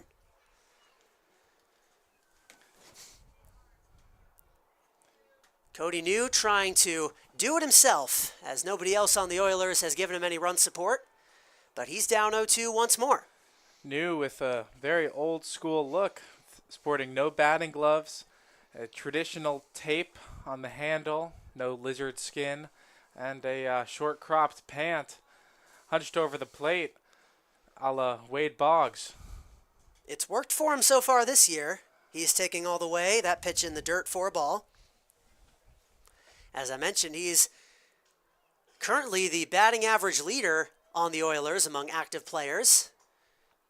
Max Rothwarg finished the season with the highest batting average, but he will not factor into these playoffs. Quick discussion between home plate umpire and Ashton Johnson. Perhaps it's what you were talking about yesterday, maintaining eye contact. Something I will admit did not even know was a rule, but it's clearly being enforced to some extent, or at least some rule is being clarified by the umpire. Is that enforceable? Can the umpire say it's a balk if they don't look at the batter before they throw? Do you know? I'm not entirely sure. I don't think it would be a balk. I think it might be a no pitch. A no, okay. But I think Brandon Durand is not feeling great here. I'm not sure exactly what's wrong. Oh, yeah, he's having to leave the game, being helped off the field by head coach Ty LeBrun. Nothing seemed amiss about that pitch. I don't know if he took a shot or is just feeling under the weather, but Logan Vaughn is on his way in from the bullpen to enter the game at catcher.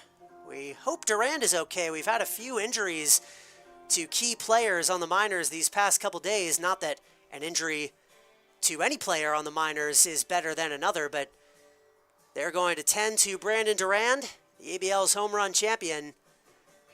And he will, it appears, exit this game as we have a stoppage in play.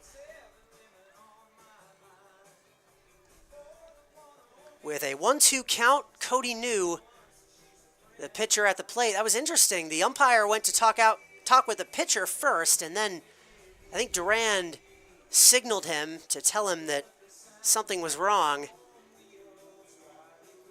It didn't look as though he was injured. I'm not going to speculate on what exactly happened, but whatever it was enough to force him to leave the game. It's going to be Logan Vaughn, I presume, considering Blake Baltz is already in the lineup as the designated hitter today. And indeed, that is Vaughn heading out with the catcher pads on. The home plate umpire supporting Brandon a little bit as he seemed a little bit staggered.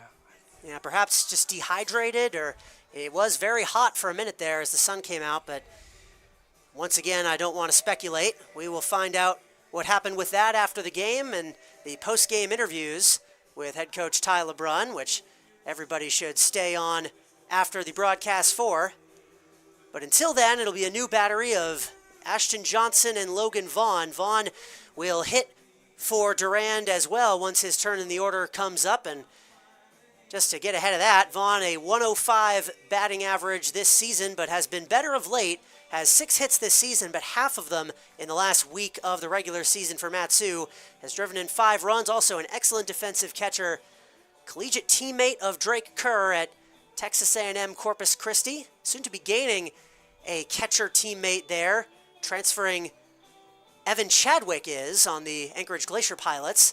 Catcher for him will be part of that battery down in Corpus.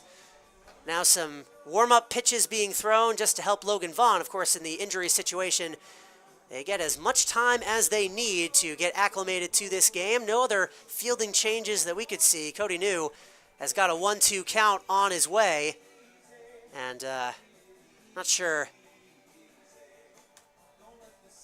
what the situation was, but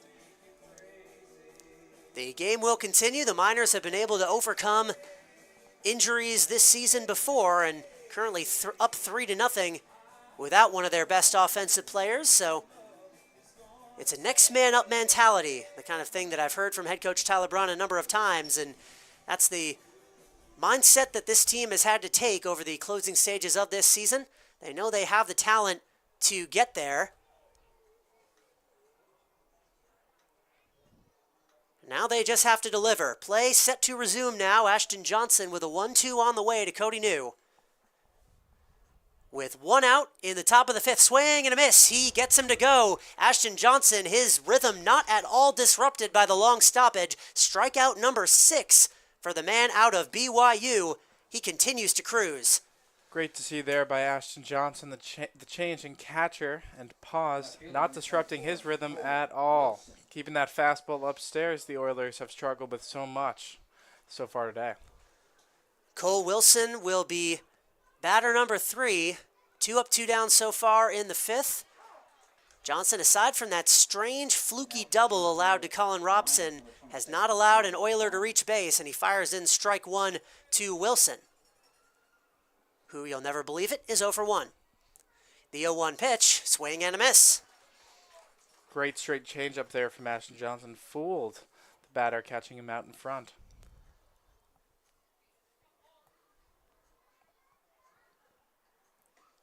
Johnson.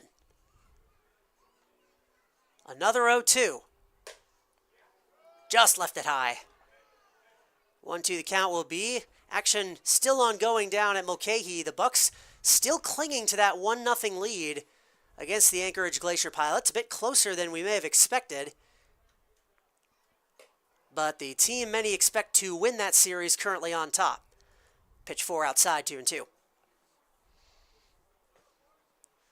Miners and the Bucks split their season series, or rather the Bucks took it 6-4, but still very close games through and through. Another high pitch, so after going down 0-2, Cole Wilson has worked the count full on the edge of drawing the first walk issued by Johnson. Ashton had a 3-2 count in the first, was able to convert that into a pop out. could be looking to do the same here and end this inning. Under the sunny Alaska sky, Johnson, the payoff, fouled it off. Pitch number 6 in this at-bat. Wilson not tempted by the fastballs upstairs out of the zone. A little more patient approach here from the Oilers through the second time in the order. Another payoff. The southpaw off the end of the bat, and again, Cole Wilson stays alive. And maybe some new fans at the ballpark today that might get fooled by the glass-shattering sound effect that gets played occasionally when a ball is fouled back into the concourse. I'll admit that got me at the very start of the season, but after you hear it a couple times, you realize what's going on. Another payoff pitch. That is ball 4. Cole Wilson wins the war of attrition and draws the first free pass issued by Ashton Johnson. He'll have to face at least one more batter if he wants to get through this inning unscathed. Right fielder, number 4. And that batter will be Andrew Alva. So far 0 for 1. Making at bat number 16, or 17 I should say, this season. His .333 batting average went a tick down at the start. That's a swinging bunt on the ground to the left side, fielded by Wilcox, and they're going to call that a foul ball. Wilcox was up and gunning, so he might have had that play made, but Alva didn't run, and the umpire said that did go off of home plate. Alva with a bit of a limp now. I believe that fastball inside Alva pulled off of his front foot, I believe is the ruling. That did appear, based on the reaction Alva had, that is what I wager happened. Right. Any ball hit off of home plate, unless it hits Alva first, would still likely be deemed a fair ball. Alva looking to set his sights here to put the ball in play again at 0-1. Johnson hoping it's in play right into a fielder's glove, and it looks as though this might be the case. Logan Vaughn deep into foul territory as that goes off the roof of the press box, just out of play, to bring the count to 0-2 once again. Johnson coaxing a lot of foul balls, getting really deep into counts, as he did so in that walk to Wilson. That at bat went 8 pitches. And if there is indeed a pitch count at play, that is something he wants to avoid. No activity in the bullpen for Matsu yet. Johnson continues to cruise. Another 0-2 offering in the dirt. The Oilers have indeed adapted to that curveball, that breaking ball. They have not chased it in a while. The last K that Johnson got was on a high fastball. That's right, Charlie. And as more hitters see more pitches again and again, they become more comfortable. You saw that with McCausland. 1-2 swing and a miss. The breaking ball does claim another victim, right as I say it as well. Johnson shows why I'm in the booth and he's down there on the mound. 3-0 the score. Miners in front. We're halfway home in Palmer. You're watching Matsu Miners Baseball on YouTube.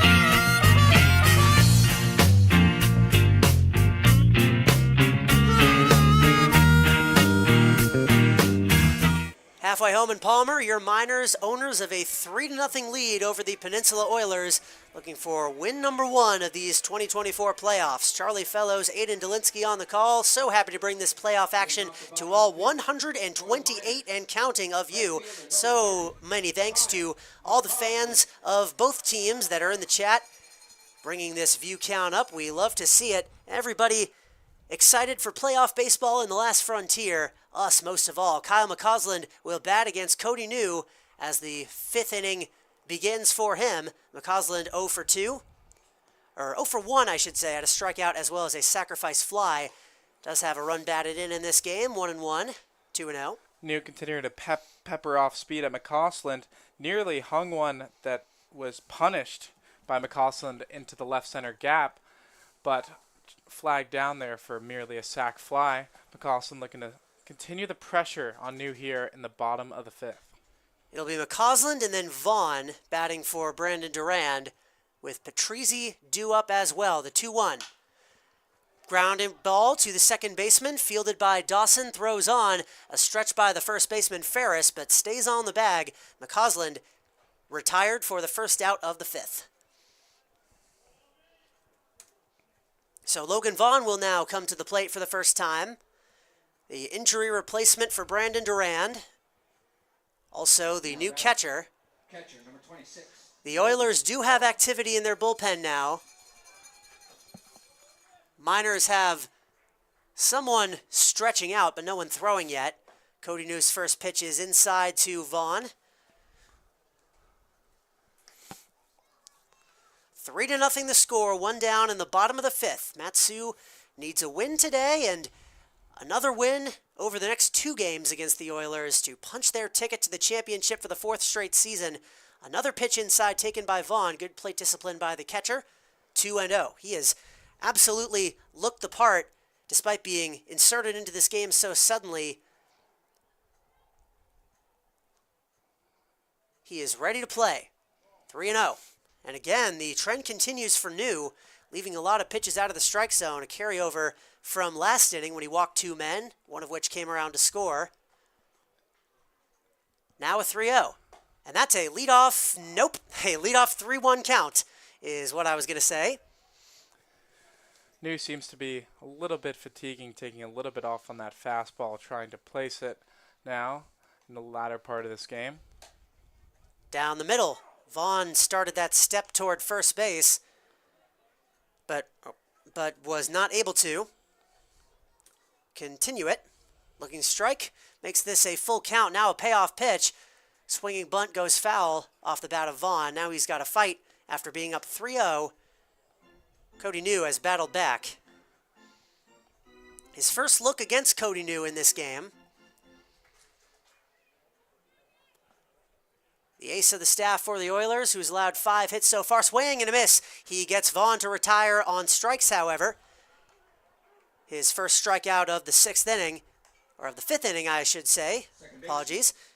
After that 3-0 count, he fought back valiantly and was able to retire Vaughn on strikes. 1 away. 2 away, I should say, for Don Patrizzi. Don Patrizzi's hit the ball hard his past 2 at-bats. First with a lace single into left center, and the second time with a hard hit ground ball right back at New, who made a nice stop. 1 for 2 so far today is the Mat-Su second baseman. 1-1 the count on him. As I was starting to say before, he lost that RBI race at the very end of the season. Colin Robson actually edged him out, as that's fouled off for strike number 2, but still one of only 3 players in the ABL that finished with at least 20. Had a home run as well against the Oilers down in Kenai. The first the Miners hit. 6 doubles. 5 stolen bases.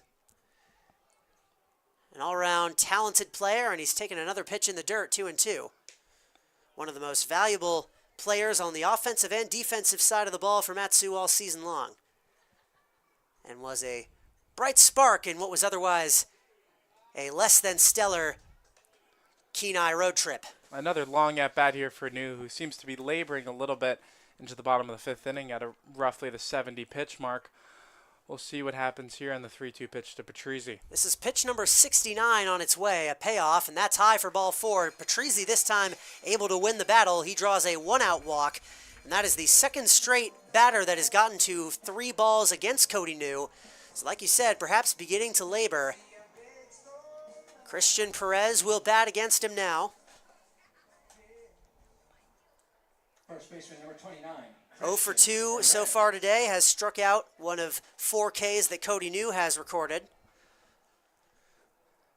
With Patrizzi at first base for the second time today. The first offering, taken high. Slightly slower move to the plate. We'll see if Patrizzi opts to run here, with New not showing a pick-off move so far today. New wants to prioritize that tempo. Dom thought about it and said that's going to be on the ground. He might have been in his best interest to take off, but it might not have made a difference either way because the force out at second base will retire the side. A fielder's choice gets out number 3 for the first time since the second. The Miners go scoreless, but they still own a 3-0 lead that they are hoping to keep as Ashton Johnson and the Miners pitchers continue to have their way against the Peninsula Oilers.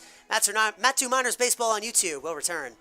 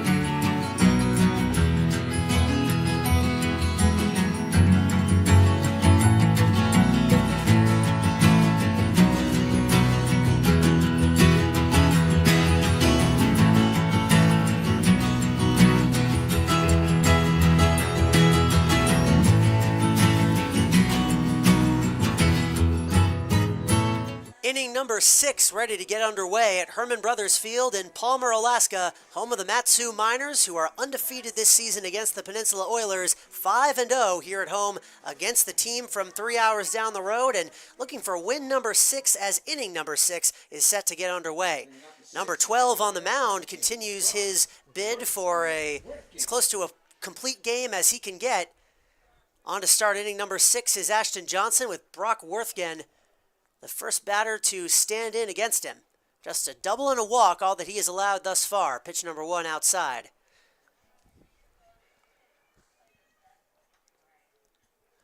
The Miners have that 3-run cushion historically against the Oilers.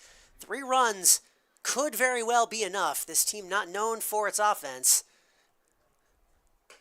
1-0, taken in for a strike. Those games down in Kenai, the Miners won it. It really puts it into perspective. The Miners went 1-4 in Kenai, but they outscored the Oilers across those 5 games. There were a couple 1-run games, a tied game, sudden death tie that they lost, and the one game they won was by 5. So they managed to outscore Peninsula by 1 single run on a 1-4 stretch. Their offense, when it is on, is overpowering to any team in the ABL. This is a 1-2 count now on its way from Johnson. Another looking strike delivered by the College of Southern Idaho heading to BYU lefty. Making his first start of the season and making a great impression. That's lined into left field over the diving glove of Cochran for a base hit.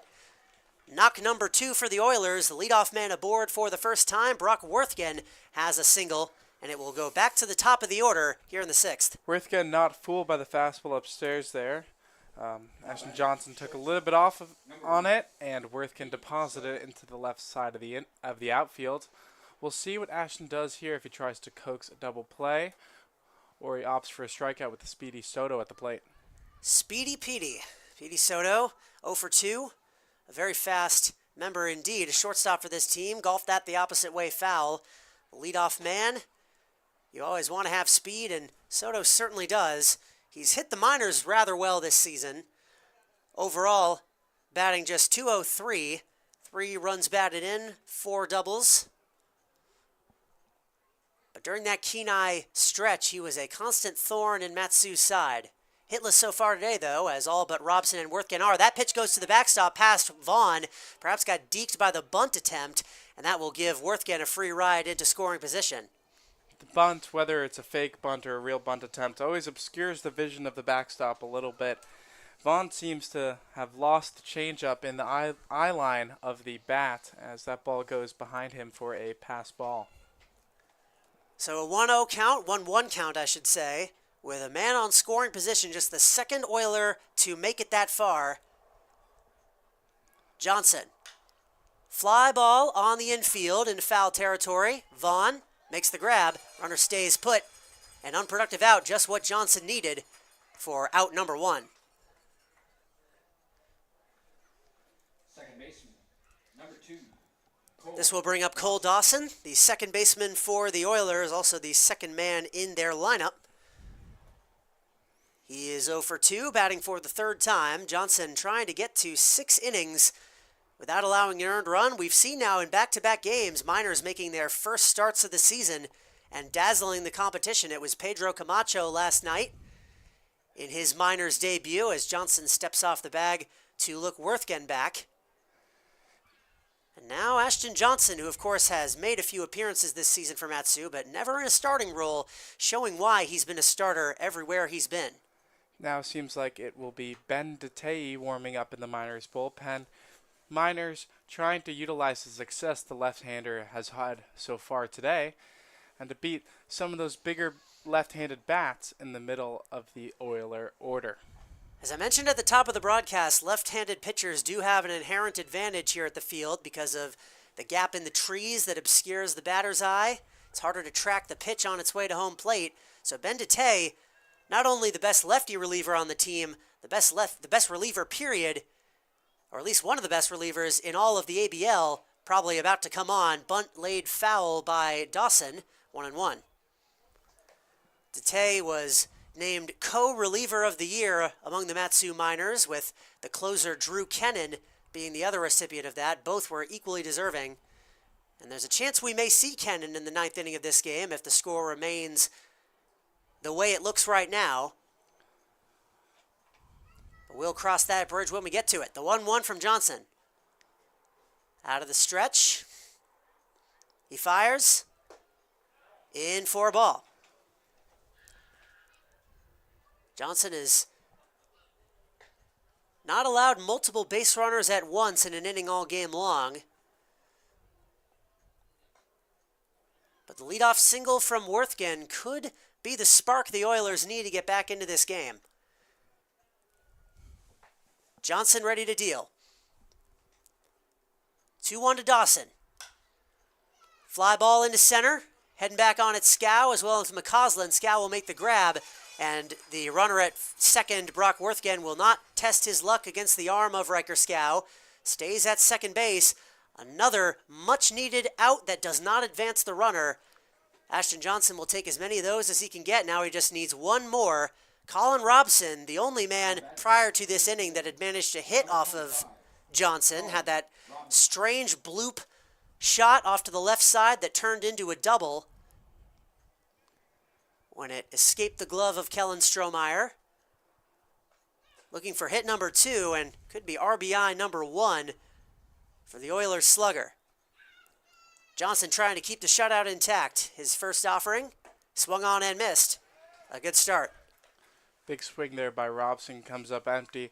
Riker Scow playing a little bit shaded towards right center, expecting Robson to pull. We'll see how Ashton Johnson attacks Robson here after throwing the first fastball right by him. 0-1 from the southpaw, some lefty-on-lefty action. Robson will swing once again, and that time spoil it. So 1 strike away is Johnson.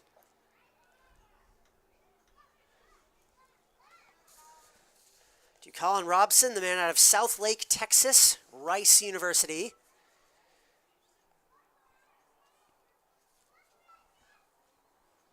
down to his last strike in this inning.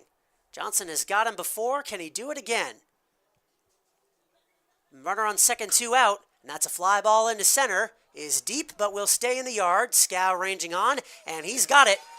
Out number 3, Johnson keeps the Oilers off the scoreboard in a much-needed fashion. 3-0, the score remains. Johnson doing his part, and if that is indeed the last we see of him, what a debut as a starting pitcher for the Miners it was. He may give the ball to Ben Dete, but we will see in the top of the 7th. Before then, though, the Miners going to get another chance to hit in the bottom of this inning. You're watching Mat-Su Miners Baseball on YouTube.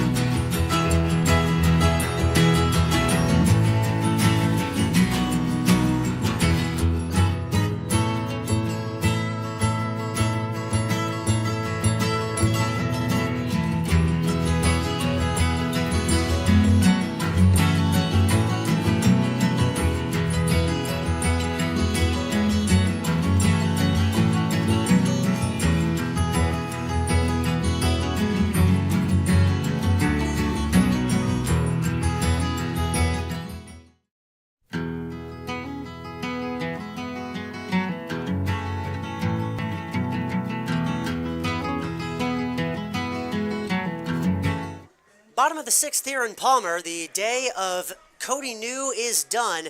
He finishes his outing with a 5 innings of work, allows 3 earned runs, strikes out 4, and allows 5 Miners hits. He is relieved by, we believe, Nathan Hoffman. There are 2 number 17s on the roster for Peninsula, so this could either be Nathan Hoffman or Ryan Hughes. We would love a check by any Oilers fans in the chat just to let us know who that is. But if it is Nathan Hoffman, number 17, he would be making his 6th appearance out of the bullpen for the Oilers. A 2.45 ERA and 14 2/3 innings pitched, has allowed 4 earned runs, struck out 10, and allowed 2 extra base hits this season. First time the Miners have seen him, and Ryan Cochran, Kellen Strohmeyer, and Blake Baltz, the always productive bottom of the order for Mat-Su, going to try their luck against a new man on the bump for the Oilers for the first time today. Hoffman seems to be operating mostly in medium to long relief for the Oilers, likely trying to soak up some innings here to save the bullpen. Only in game 1 here in the Swinging playoffs. first pitch was Cochran. He grounds it to short, throws on, does Soto, just in time to get the out. 1 pitch, 1 out for Ryan. 1 away here in the 6th, which will bring up Kellen Strohmeyer. With Hoffman 1 pitch into his relief outing. Appreciate you in the chat. That is indeed Nathan Hoffman. Glad to hear it. Strohmeyer 0 for 1. Has also drawn a walk. Did that in the 4th with 2 outs against Cody New. Pitch 1 is outside to him. Man out of the University of Iowa. Swinging at the second pitch that time, he'll ground it to the right side. Second baseman Dawson throws on, and that gets away from the first baseman. Zach Ferris could not handle that throw, and on for the second time is Strohmeyer. He got a walk first time. This time another free pass, albeit of a different sort. The first error of the game for Peninsula gives him a ride to first base with 1 away. A big blunder there, allowing the Miners to reach base here in the bottom of the 6th.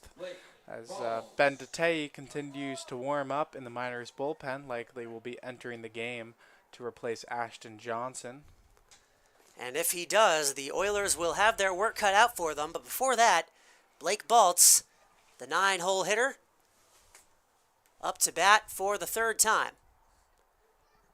Strohmeyer taking a big lead. Baltz tried to hold up, but it didn't matter. Strike on the outside corner.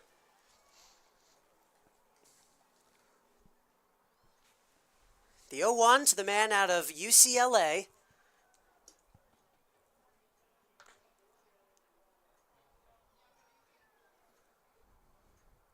Hoffman out of the stretch already. He fires right down the middle.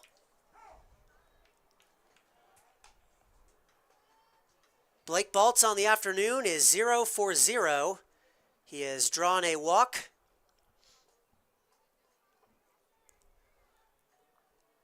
And now has an 0-2 count, which is something he has not encountered yet today. As he has drawn a pair of walks, in fact, from Cody New. The 0-2. Popped him up. Shallow off to the short. Stop. Petey Soto makes the grab. Out number 2. Hoffman throwing 2 changeups there to retire Baltz.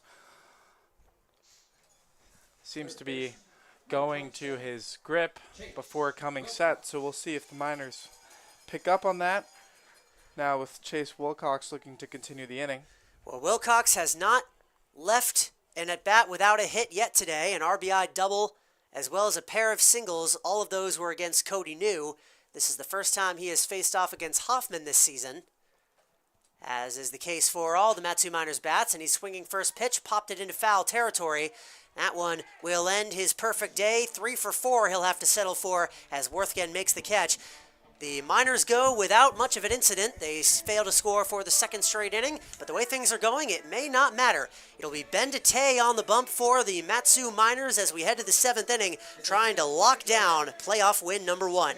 You're watching Mat-Su Miners Baseball on YouTube.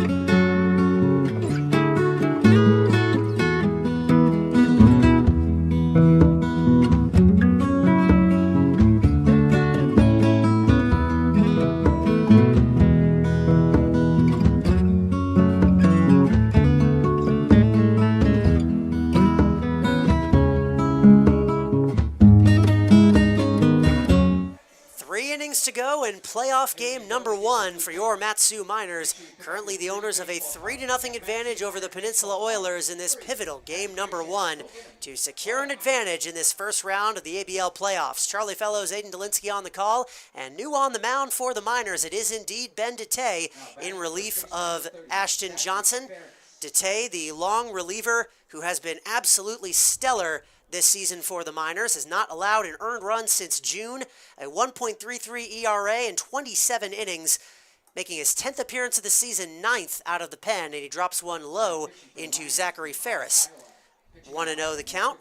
DeTay, just 4 earned runs on the season, issued 10 walks, struck out 28, which is a very high number for what is primarily a relief pitcher, and now he's got a 1-1 count on the first baseman for the Oilers. DeTay works out of a modified windup on the left side, coming to a very over-the-top delivery.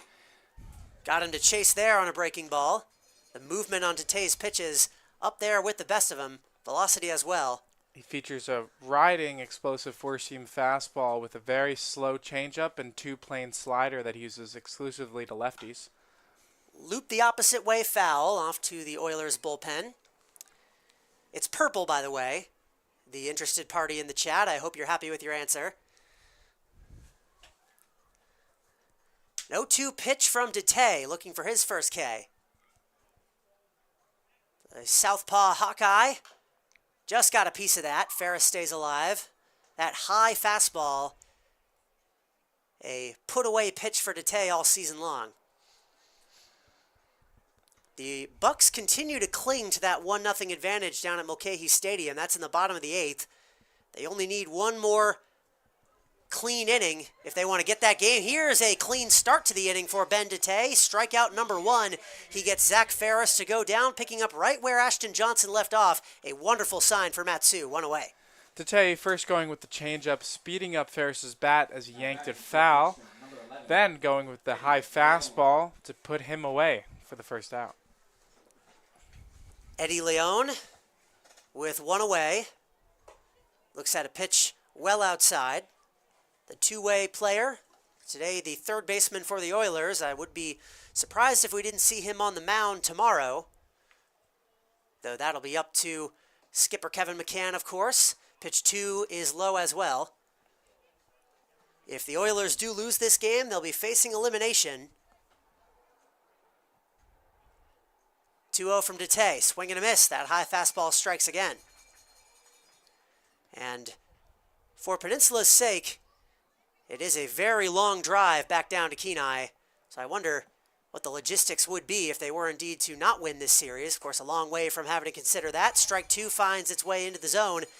Peninsula down 3-0, but a lot of baseball left to play. So neither side can be content in the position it currently occupies. Matsu wants to close out this win. Fouled off by Leon. 2-2, the count remains. Let's see if Ben goes back to that fastball upstairs that has really been the bread and butter for this Miners pitching staff.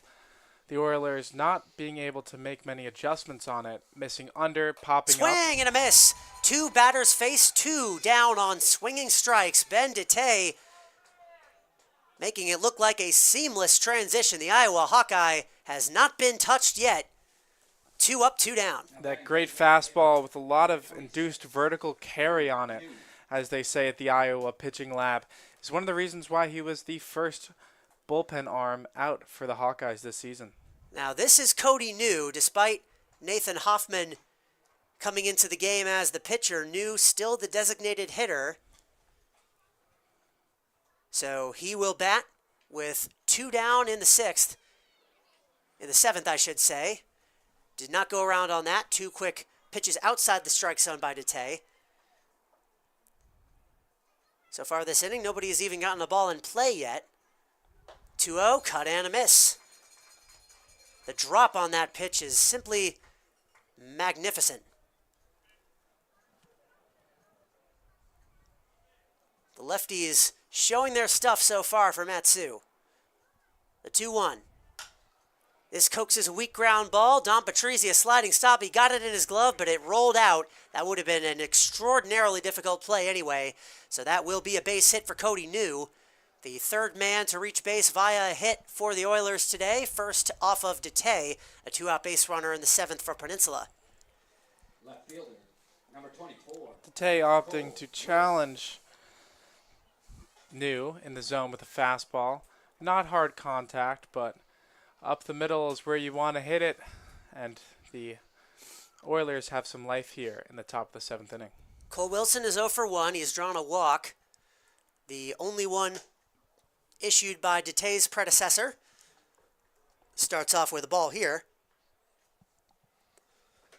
Miners in pole position to secure a playoff win. He was not able to hold up. Wilson went around to even the count.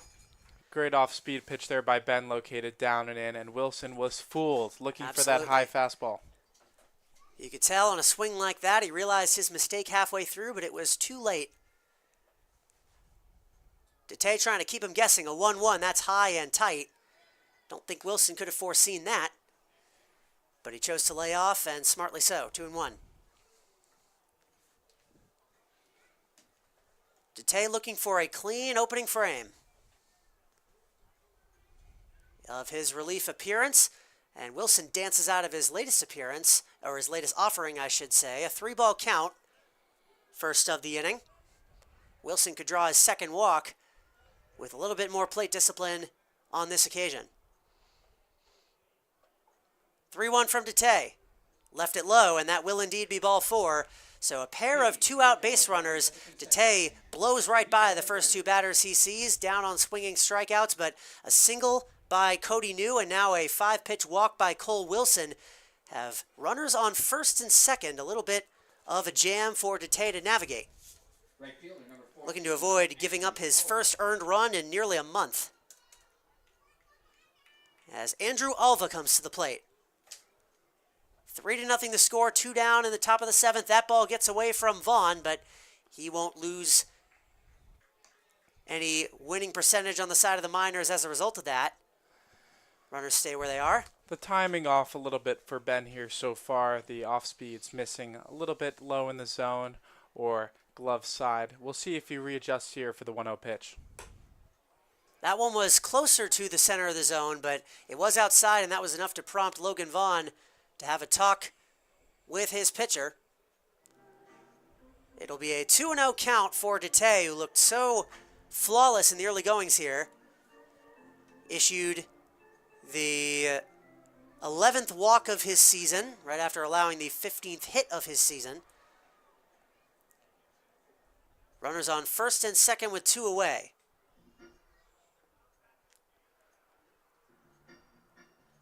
Alva with a 2-0 count.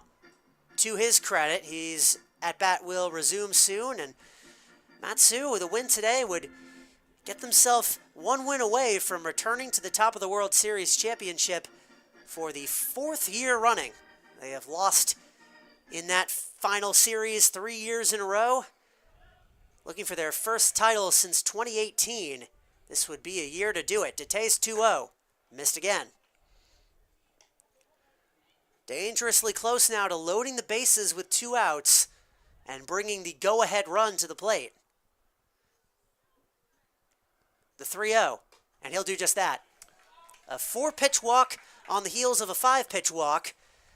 An inning that started so wonderfully for Ben Dete, suddenly beginning to spiral.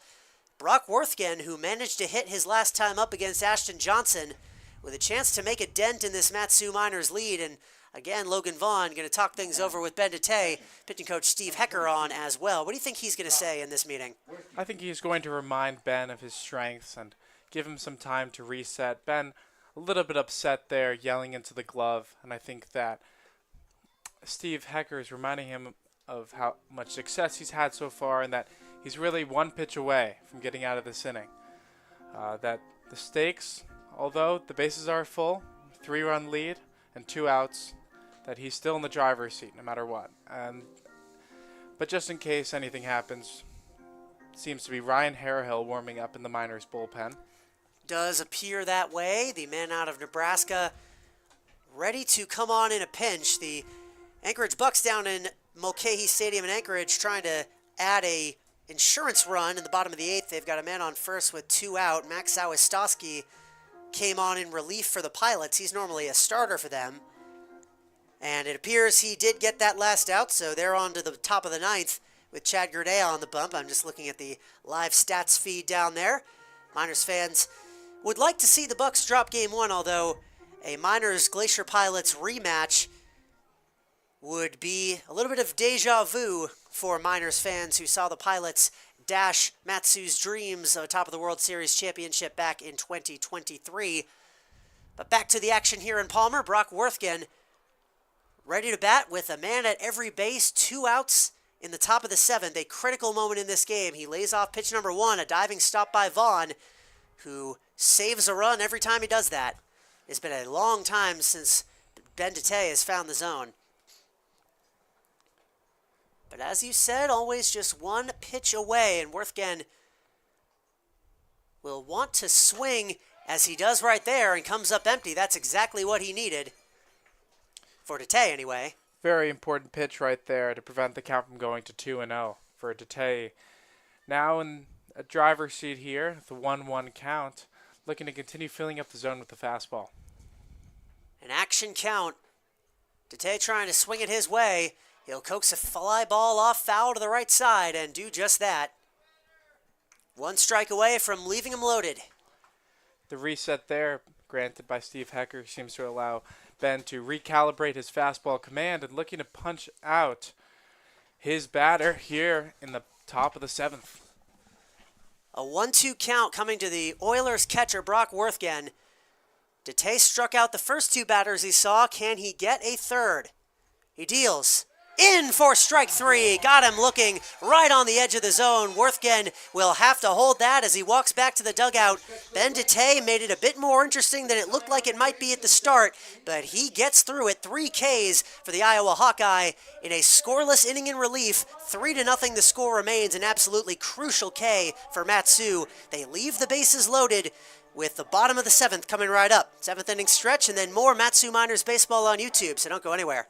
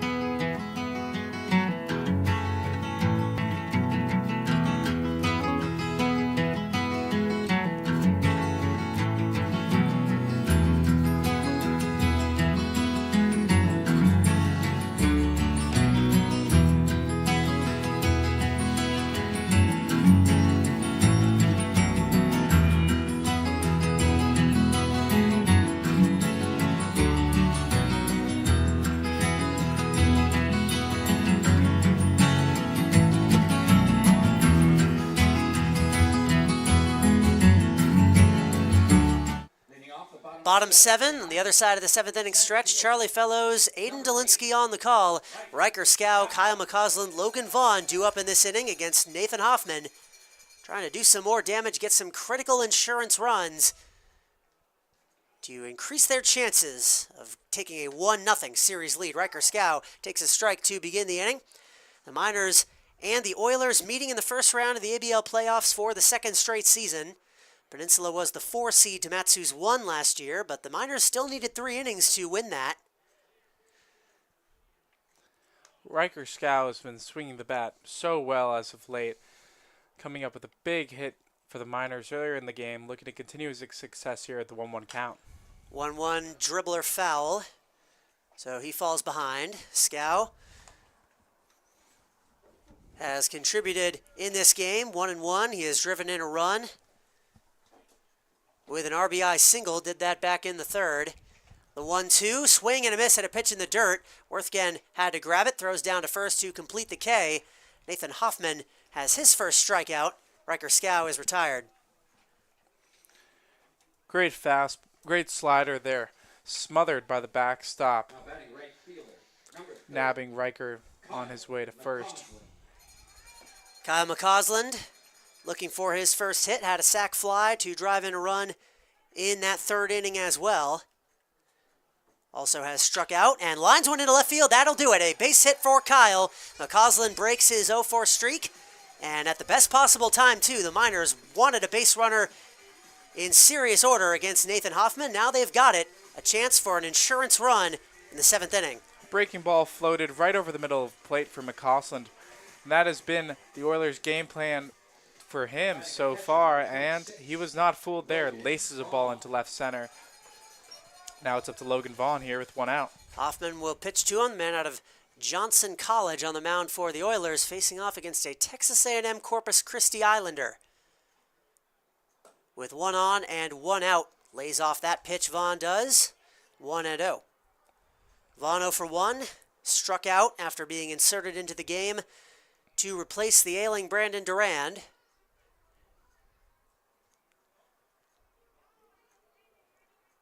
A 1-0 on its way, outside.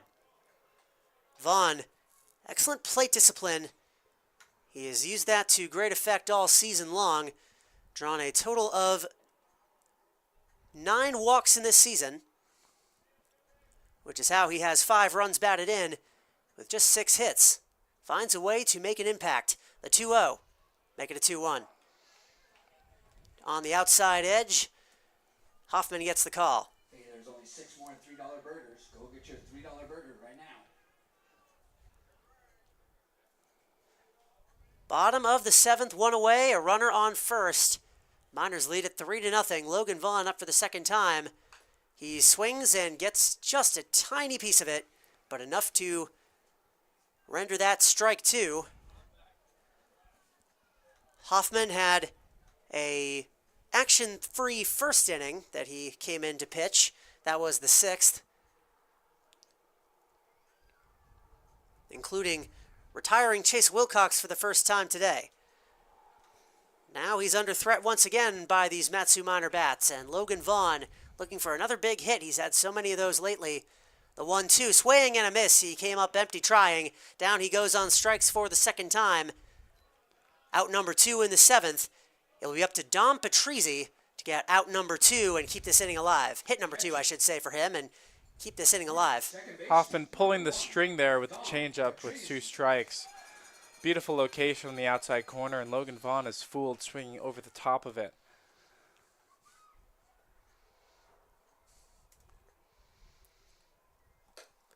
Pitch 1 taken low by Patrizzi, 1-0.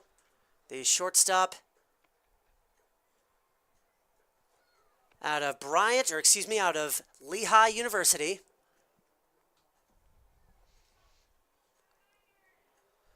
With 2 down in the bottom of the 7th. Miners fans hoping for some more runs to cross the plate. A diving stop made there by Worthgen to keep Kyle McCausland at his base. Worthgen with a great job there, shuffling his feet and throwing his chest over the baseball, preventing Kyle from advancing to second with 2 outs. So a 2-0 count for Patrizzi after that pitch misses wide. Dom looking for a trip to first base for the second time today, and instead he'll get his first strike. That one a little bit outside the zone there, but called a strike. Dom makes sure that's the edge of the zone. The zone may be expanding a little bit as the game continues here into the bottom of the 7th. And Nathan Hoffman will use that to his advantage if that is indeed the case. The righty fires in the dirt. Patrizzi lays off, a 3-1 count. Dom, another member of Mat-Su, adept at drawing walks. He's done that 18 times, which is 3rd most on the team.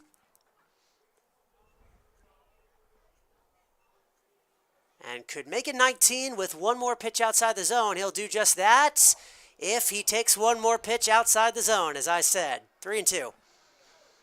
Going to be an adjustment period now as the game gets late and the umpires may be expanding the zone to quicken the pace of play. We'll see if that continues as Dom looks to put the ball in play here, the count full. I don't want to make any assumptions on the umpires conspiring to do something like that, but in any event, a 3-2 count, and Patrizzi lifts one into left. It won't be trouble, though. The left fielder makes the grab for out number 3, so Patrizzi does end up coming back to bite him. Those borderline strike calls result in a fly out to end the inning with no damage. Mat-Su has been stuck at 3 in the run column for a while, but that is looking as though it will be enough with just 2 innings to go. The Oilers are going to need to pull out something fast if they want any chance of making a game out of this. You're watching Mat-Su Miners Baseball on YouTube. Stick with us. The game is almost over.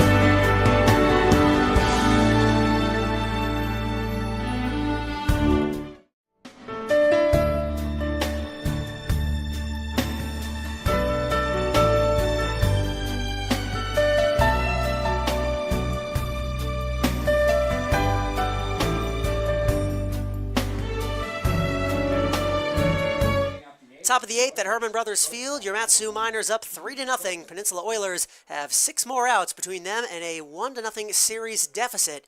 Matsu needs to close this one out if they want to get win number 1, and Ben Date on the bump to try and do just that. He's got the top of the order, and he gets Petey Soto to swing through pitch number 1.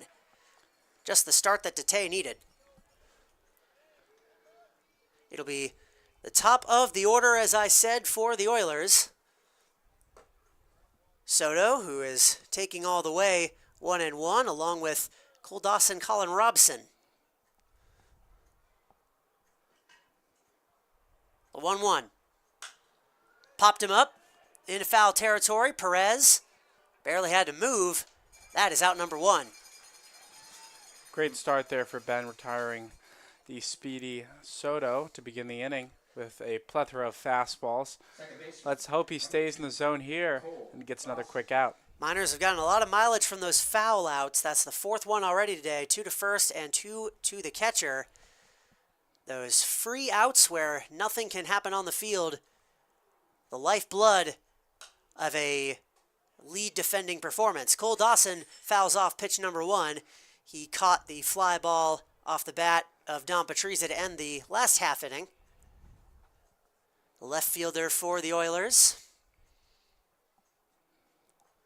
One of 2 Coles in the lineup. He lays down a bunt. That's going to be foul, though. And unfortunately so, because Vaughn had an excellent jump on that. Got it right into his arm and was going to be able to throw him out. But now the book is out on Dawson. We'll see whether he'll try that again with 2 strikes. I wager probably not. Interesting play there by the Oilers with 1 out already, going for the bunt for a base hit attempt with Dawson. Really shows a lot of credit to Ben Date in his success so far this season. Trying to spark something. That's a line shot foul. 3rd straight foul ball by Dawson. Oilers have struggled to get really anything going. The last inning was the exception, although even that was mostly Date's own doing. A single followed by a pair of walks. And the Oilers were unable to cash in, leaving the bases loaded. Other than that, they've had a few base hits here and there, but nothing sustained. The Miners have been able to pull it out when it's mattered most. That's foul ball number 4. Dawson an 0-2 count. Date has 3 Ks already. All the outs he got in the last inning were by strikes. Has a foul out so far in this inning as well as a ground out. The 0-2 got jammed to short. Cochran throws on, and that is out number 2. Perez gets the feed in his glove. 2 up, 2 down. Just as the last inning started, Date hoping the end will be a bit smoother. And we figure it will be Drew Kennan, the closer, the chess master, as Dylan and I called him this season, on to close this game out if the Miners are unable to pad their lead even more. Robson, one of the 3 hits the Oilers have managed, a double, albeit a fluky one off to the left side. This is a pop-up right behind the plate. Vaughn has it. That is the 2nd foul out of the inning. A 1-pitch plate appearance goes the way of Ben Date. A nice clean frame, exactly what he needed. The Miners' bats are going to have one more chance to put up another run against the Oilers to make the closing job for Kennan or whoever it is all that much easier. Just 3 more outs between Matsu and a 1-0 series lead. You're watching Matsu Miners Baseball on YouTube. Don't go anywhere.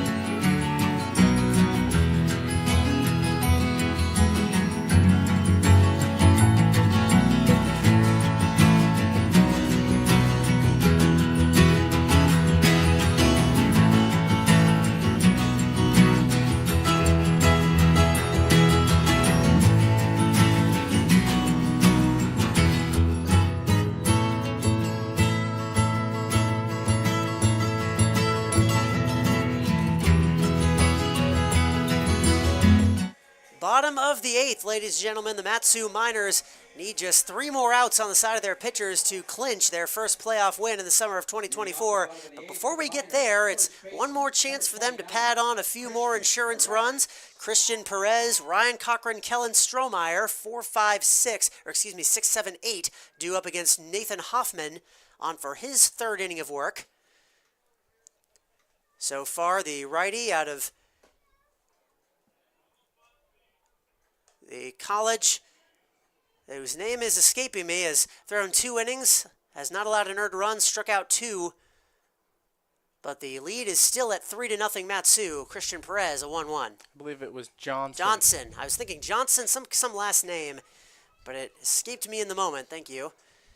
Johnson College. I think that's in Tennessee. Outside, gets the call. Perez, a 1-2.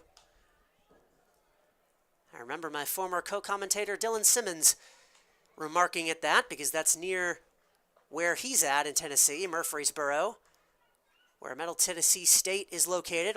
Like to take a guess as to where in the state that is. Just got a piece of that, did Perez, to keep the at-bat alive.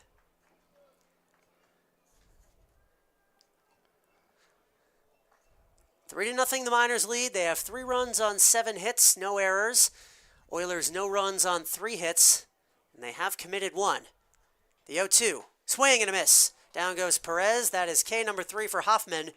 A leadoff out to start this 8th. Hoffman doing a great job shifting the momentum a little bit towards the Oilers' favor. No runs have scored since the bottom of the 4th inning for the Miners. Number 19, Ryan. But they got the job done when they needed to. 2 runs in the 3rd, another in the 4th. And in case the Oilers, unless the Oilers can rally in the 9th, as that pitch is well inside, nearly clipping Ryan Cochran, it will be ball 1. And of course, the classic keys to any game, or especially any playoff game, great pitching and timely hitting and defense. Timely hits have allowed the Miners to take a 3-0 commanding lead here in Game 1. Chase Wilcox again with that double to drive in run number 3. That's a pop-up by Cochran into shallow left. Shortstop on shortstop violence with Soto retiring the Mat-Su shortstop's pop-up. It'll be quick 2 outs here in the 8th. Mat-Su hoping that Kellen Strohmeyer, well, hoping the at-bat will continue, but if not, hoping that whoever the last person to bat in this inning is will also be the last man to bat for them in this game, because that would mean they close it out in the top of the 9th. That's a very long-winded way of saying hopefully the Miners don't allow 3 runs in the top of the 9th. And it is the chess master, the new UVA commit, warming up in the Miners bullpen. Is that official? Okay, we're wonderful to hear that. Drew Kennan heading from Dartmouth to UVA. I'd heard rumors about that as that's popped up on the infield by Strohmeyer. The catch will be made by the 3rd baseman, and that will end the inning. 1-2-3, the Miners go. But they have that 3-0 lead. 3 more outs they will need. Drew Kennan will be the man to come out of the bullpen. Has not allowed an earned run yet this season, and hoping that that will continue. 3 more outs for the Miners to take a 1-0 series lead. You're watching Mat-Su Miners Baseball on YouTube. Don't go anywhere.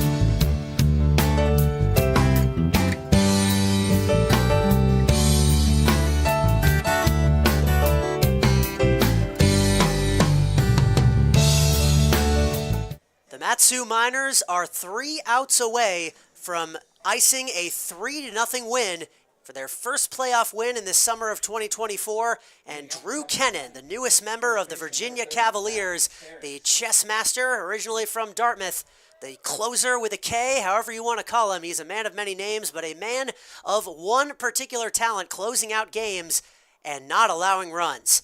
He has done that so far this season flawlessly as he fires strike one into Zach Ferris. Of course, he's a man of many talents, man of one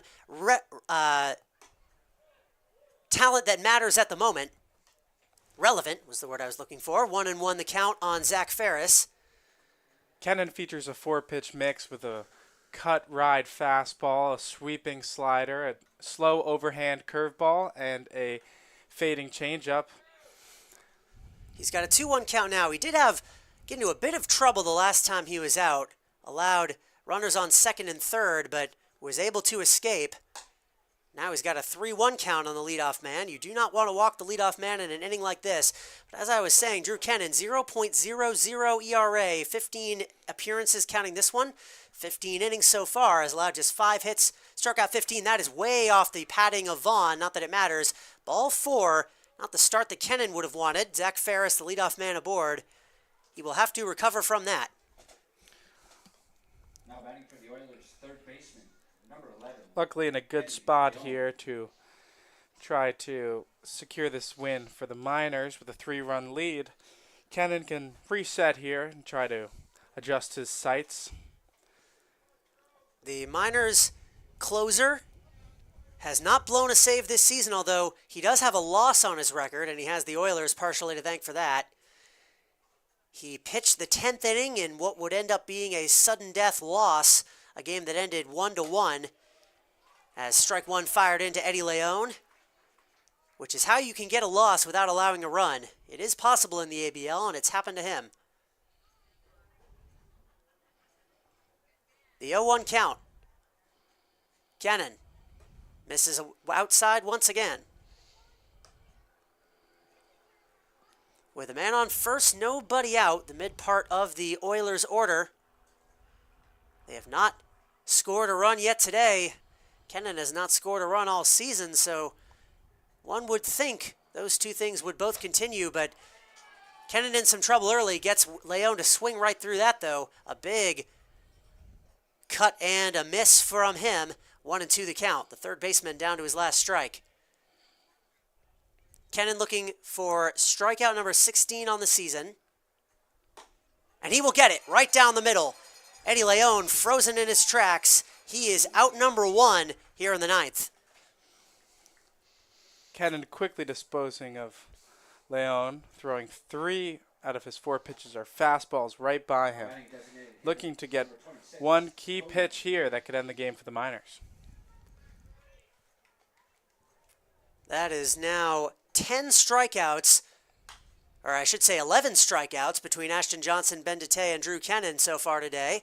Cody New, who started this game in line for the loss, trying to salvage that, or at least help with that effort. Fouls off pitch number 1. So far, the Oilers with just 3 hits. They have drawn 4 walks and reached using that method, but as far as hits have come by, they have been tough to encounter coming from these Miners pitchers. 1-1.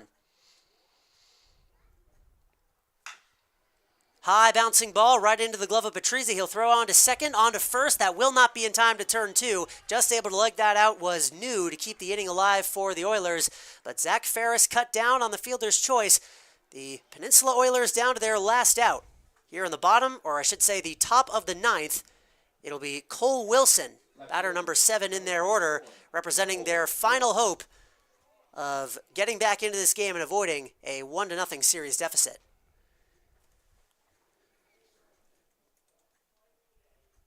Wilson takes a pitch. That was very close. He gets the call.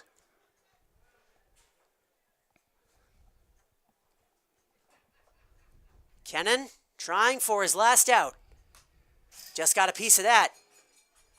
A fastball goes all the way to the backstop. The chess master trying for his final gambit against Wilson, who has drawn a pair of walks. 0 for 1 on the day. A runner on first, 2 outs. Looping curve, 1 strike away. And the Miners fans roaring here as Kennan looking to seal the deal here for a checkmate. The future Cavalier going for save number 9 this season, the 1-2. And Wilson stays alive. Enjoy a bit of motion sickness on that one, courtesy of the Oilers' foul ball. Just a reminder, post-game interviews will be right after the end of this game, which Drew Kennan hopes is right now, the 1-2. Bunted foul. Not literally, of course, that would have been the end.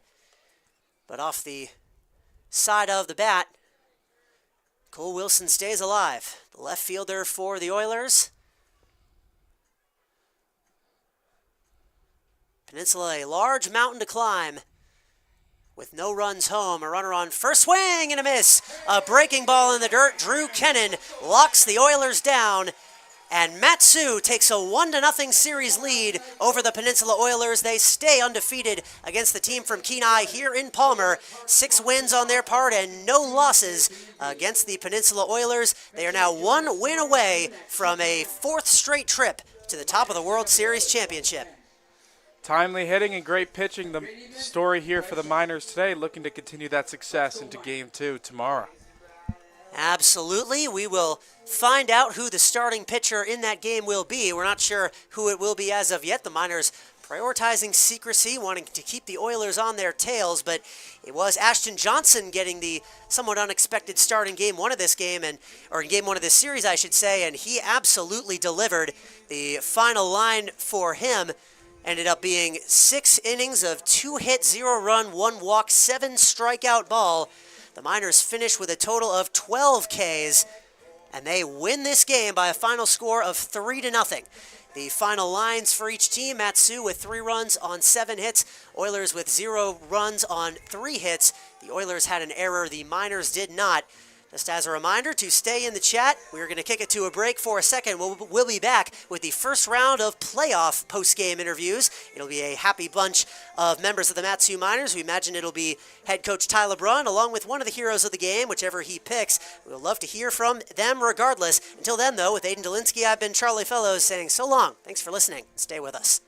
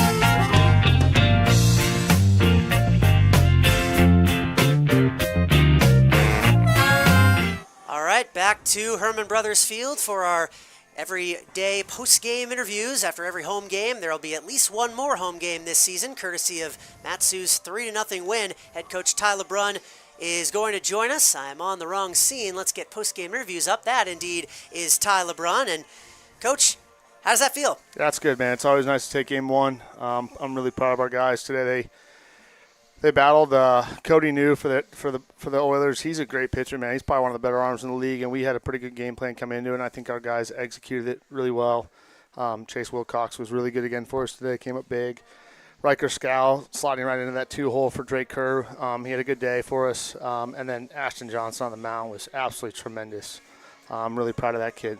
Yeah, I was going to ask you about that. That leads into my next question. Making his first start of the season, obviously he's trained as a starter, but goes out there, absolutely dominates the Oilers in the longest appearance of his season. What can you say about how valuable that was? Yeah, I just tipped my cap to him. Steve and I went back and forth for like the last week and a half on who do we need to throw into that first spot, and his name just kept coming up. And I trust Steve with everything in the pitching staff, and he sold me on it, and I think it was a great call by Coach Hecker. But Ashton is the one who deserves all the credit. He went out and delivered and gave us, 6 strong today? Yeah, huge from him. And he just competed in the zone, and you see good things happen when you do that. I couldn't be more proud of him.